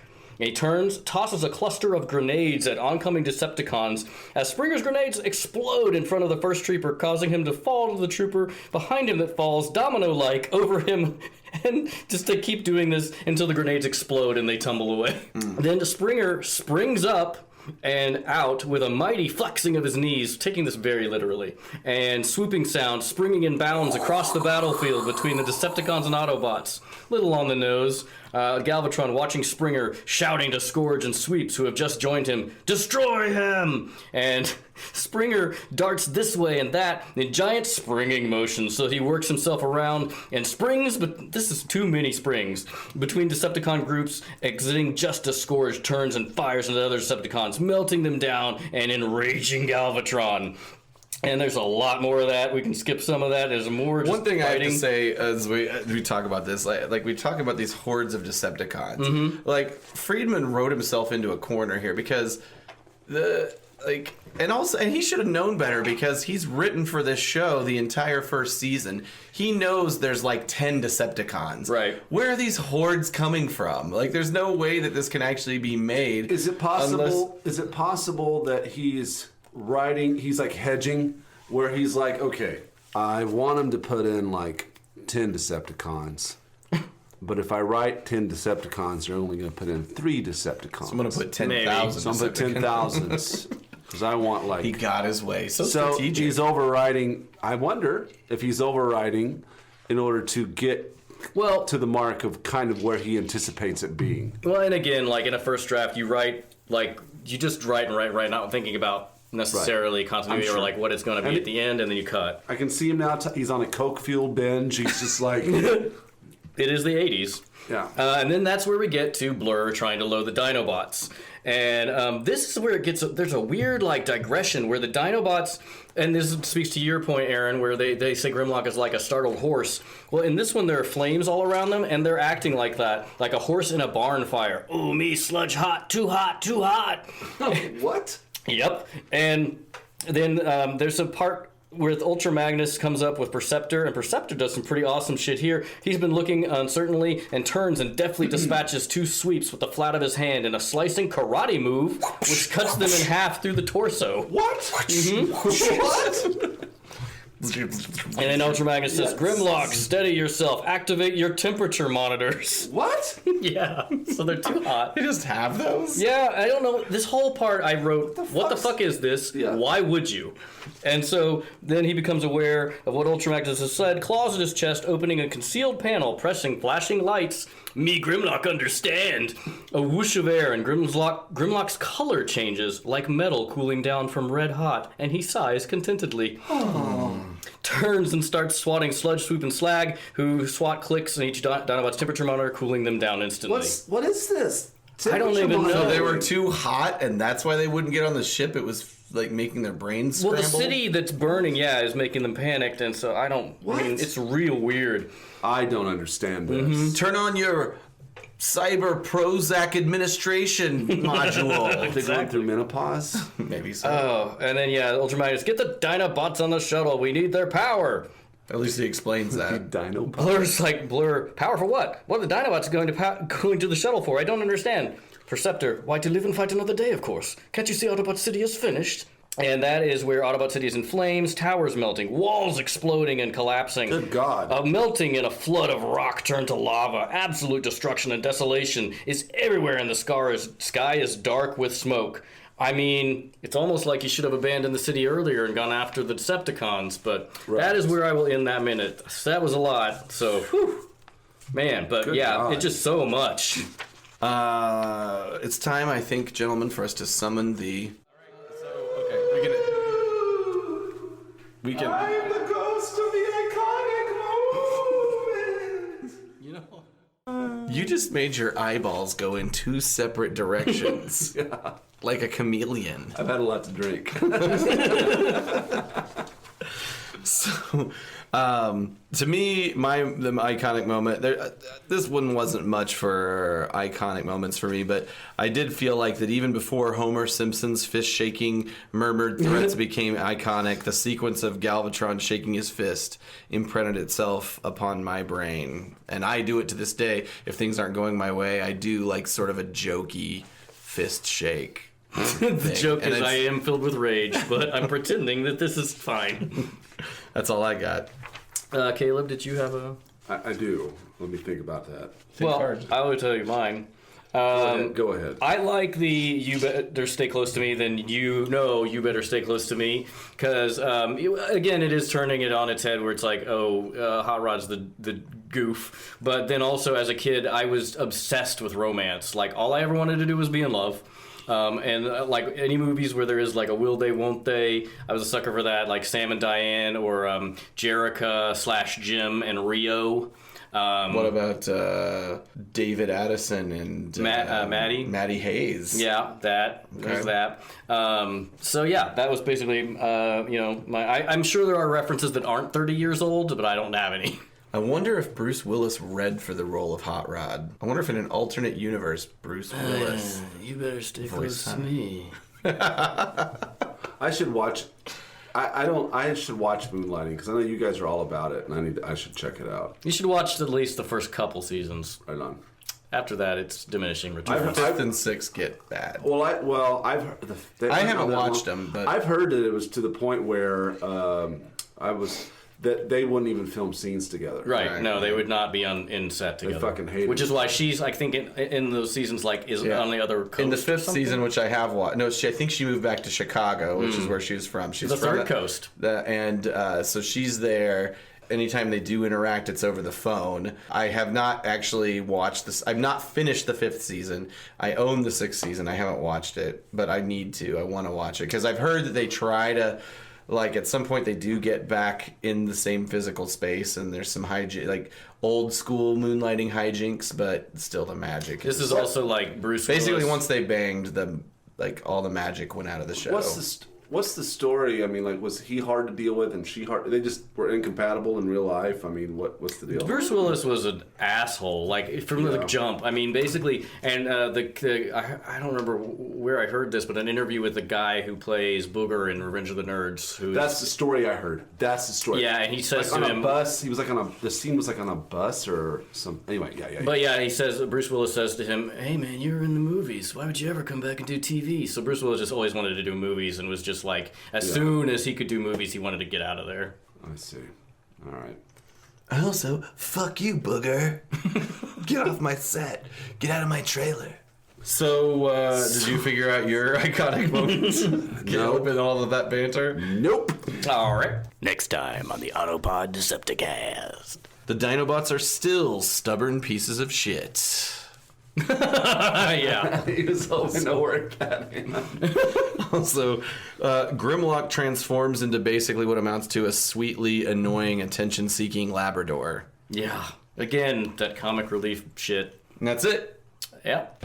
Get the gift. Thanks, everybody. Happy holidays. Bye. Bye. And there it is. I forgot about this, but in a lot of the minute-by-minute episodes, after our sign-off, I put in a stinger of, like, random conversations we had that didn't fit the episode at all, but were funny or mildly amusing or interesting. It's kind of like a nascent version of our Patreon-exclusive minisodes. So, if you enjoyed this, I invite you to visit our extensive back catalog of over 260 episodes, available everywhere you get your podcasts, and I'll be putting these episodes, these 40th anniversary episodes out, hopefully every week, but at least bi-weekly. I have, like, some yard work, gardening, home repair junk to do. Hey, you know what? Hey, here's a little tip for any new homeowners out there. Don't forget to cut down, like, little trees that you think are like, oh, that's just a weed or something. Because you know what? In like 2 years when you've been ignoring it, you're going to have to cut it down because it's starting to press up against your neighbor's fence. It's totally hypothetical, not something that I am guilty of at all. And so for our also American listeners, I hope you all had a happy and safe 4th of July. I'm sure you didn't have a cool one, weather-wise. So should you like us? And frankly, why wouldn't you? We're the bee's knees and the potato's eyes all at once. And should you wish to show your support, the simplest way, give us a review. Apple Podcasts, Spotify, Google Play, like, sub on YouTube, Patreon. There are several levels of support, starting at the $2 level. $5 level gets you access to the Booty Box, which we put out about every 16 months. And there is one that we're working on now. That's patreon.com/apoddcast. Merch available at the autopoddecepticast.com/store. And if you would like to buy us a drink and have that cocktail featured on one of our episodes, you can do so by just sending us $5 hairs at apoddcast on PayPal. Tell us what you would like me to make in the notes, and I will make that drink on a future episode because I cannot make it on a past one. Thirsty, money, buy us a drink. Buy us a drink. And there it is. We also do a little thing called Dough for Joe, wherein you commission us for a Joe episode of your choice for $75, also at apoddcast on PayPal. We have a couple upcoming on the docket for this year, so get in while the getting's, well, good. Twitter, Blue Sky, Facebook, Threads, and Instagram, all of them at apoddcast. And if you become a patron at any level, you have access to the notorious APDC Discord, which is really we're the most socially active. It's pretty fallow on the rest of the stuff. But supplemental materials, videos, links to references, and other varieties of fun can be found at this episode's page, autopoddecepticast.com. And that is all that we have. So, pistols at dawn. Bye, bye, bye.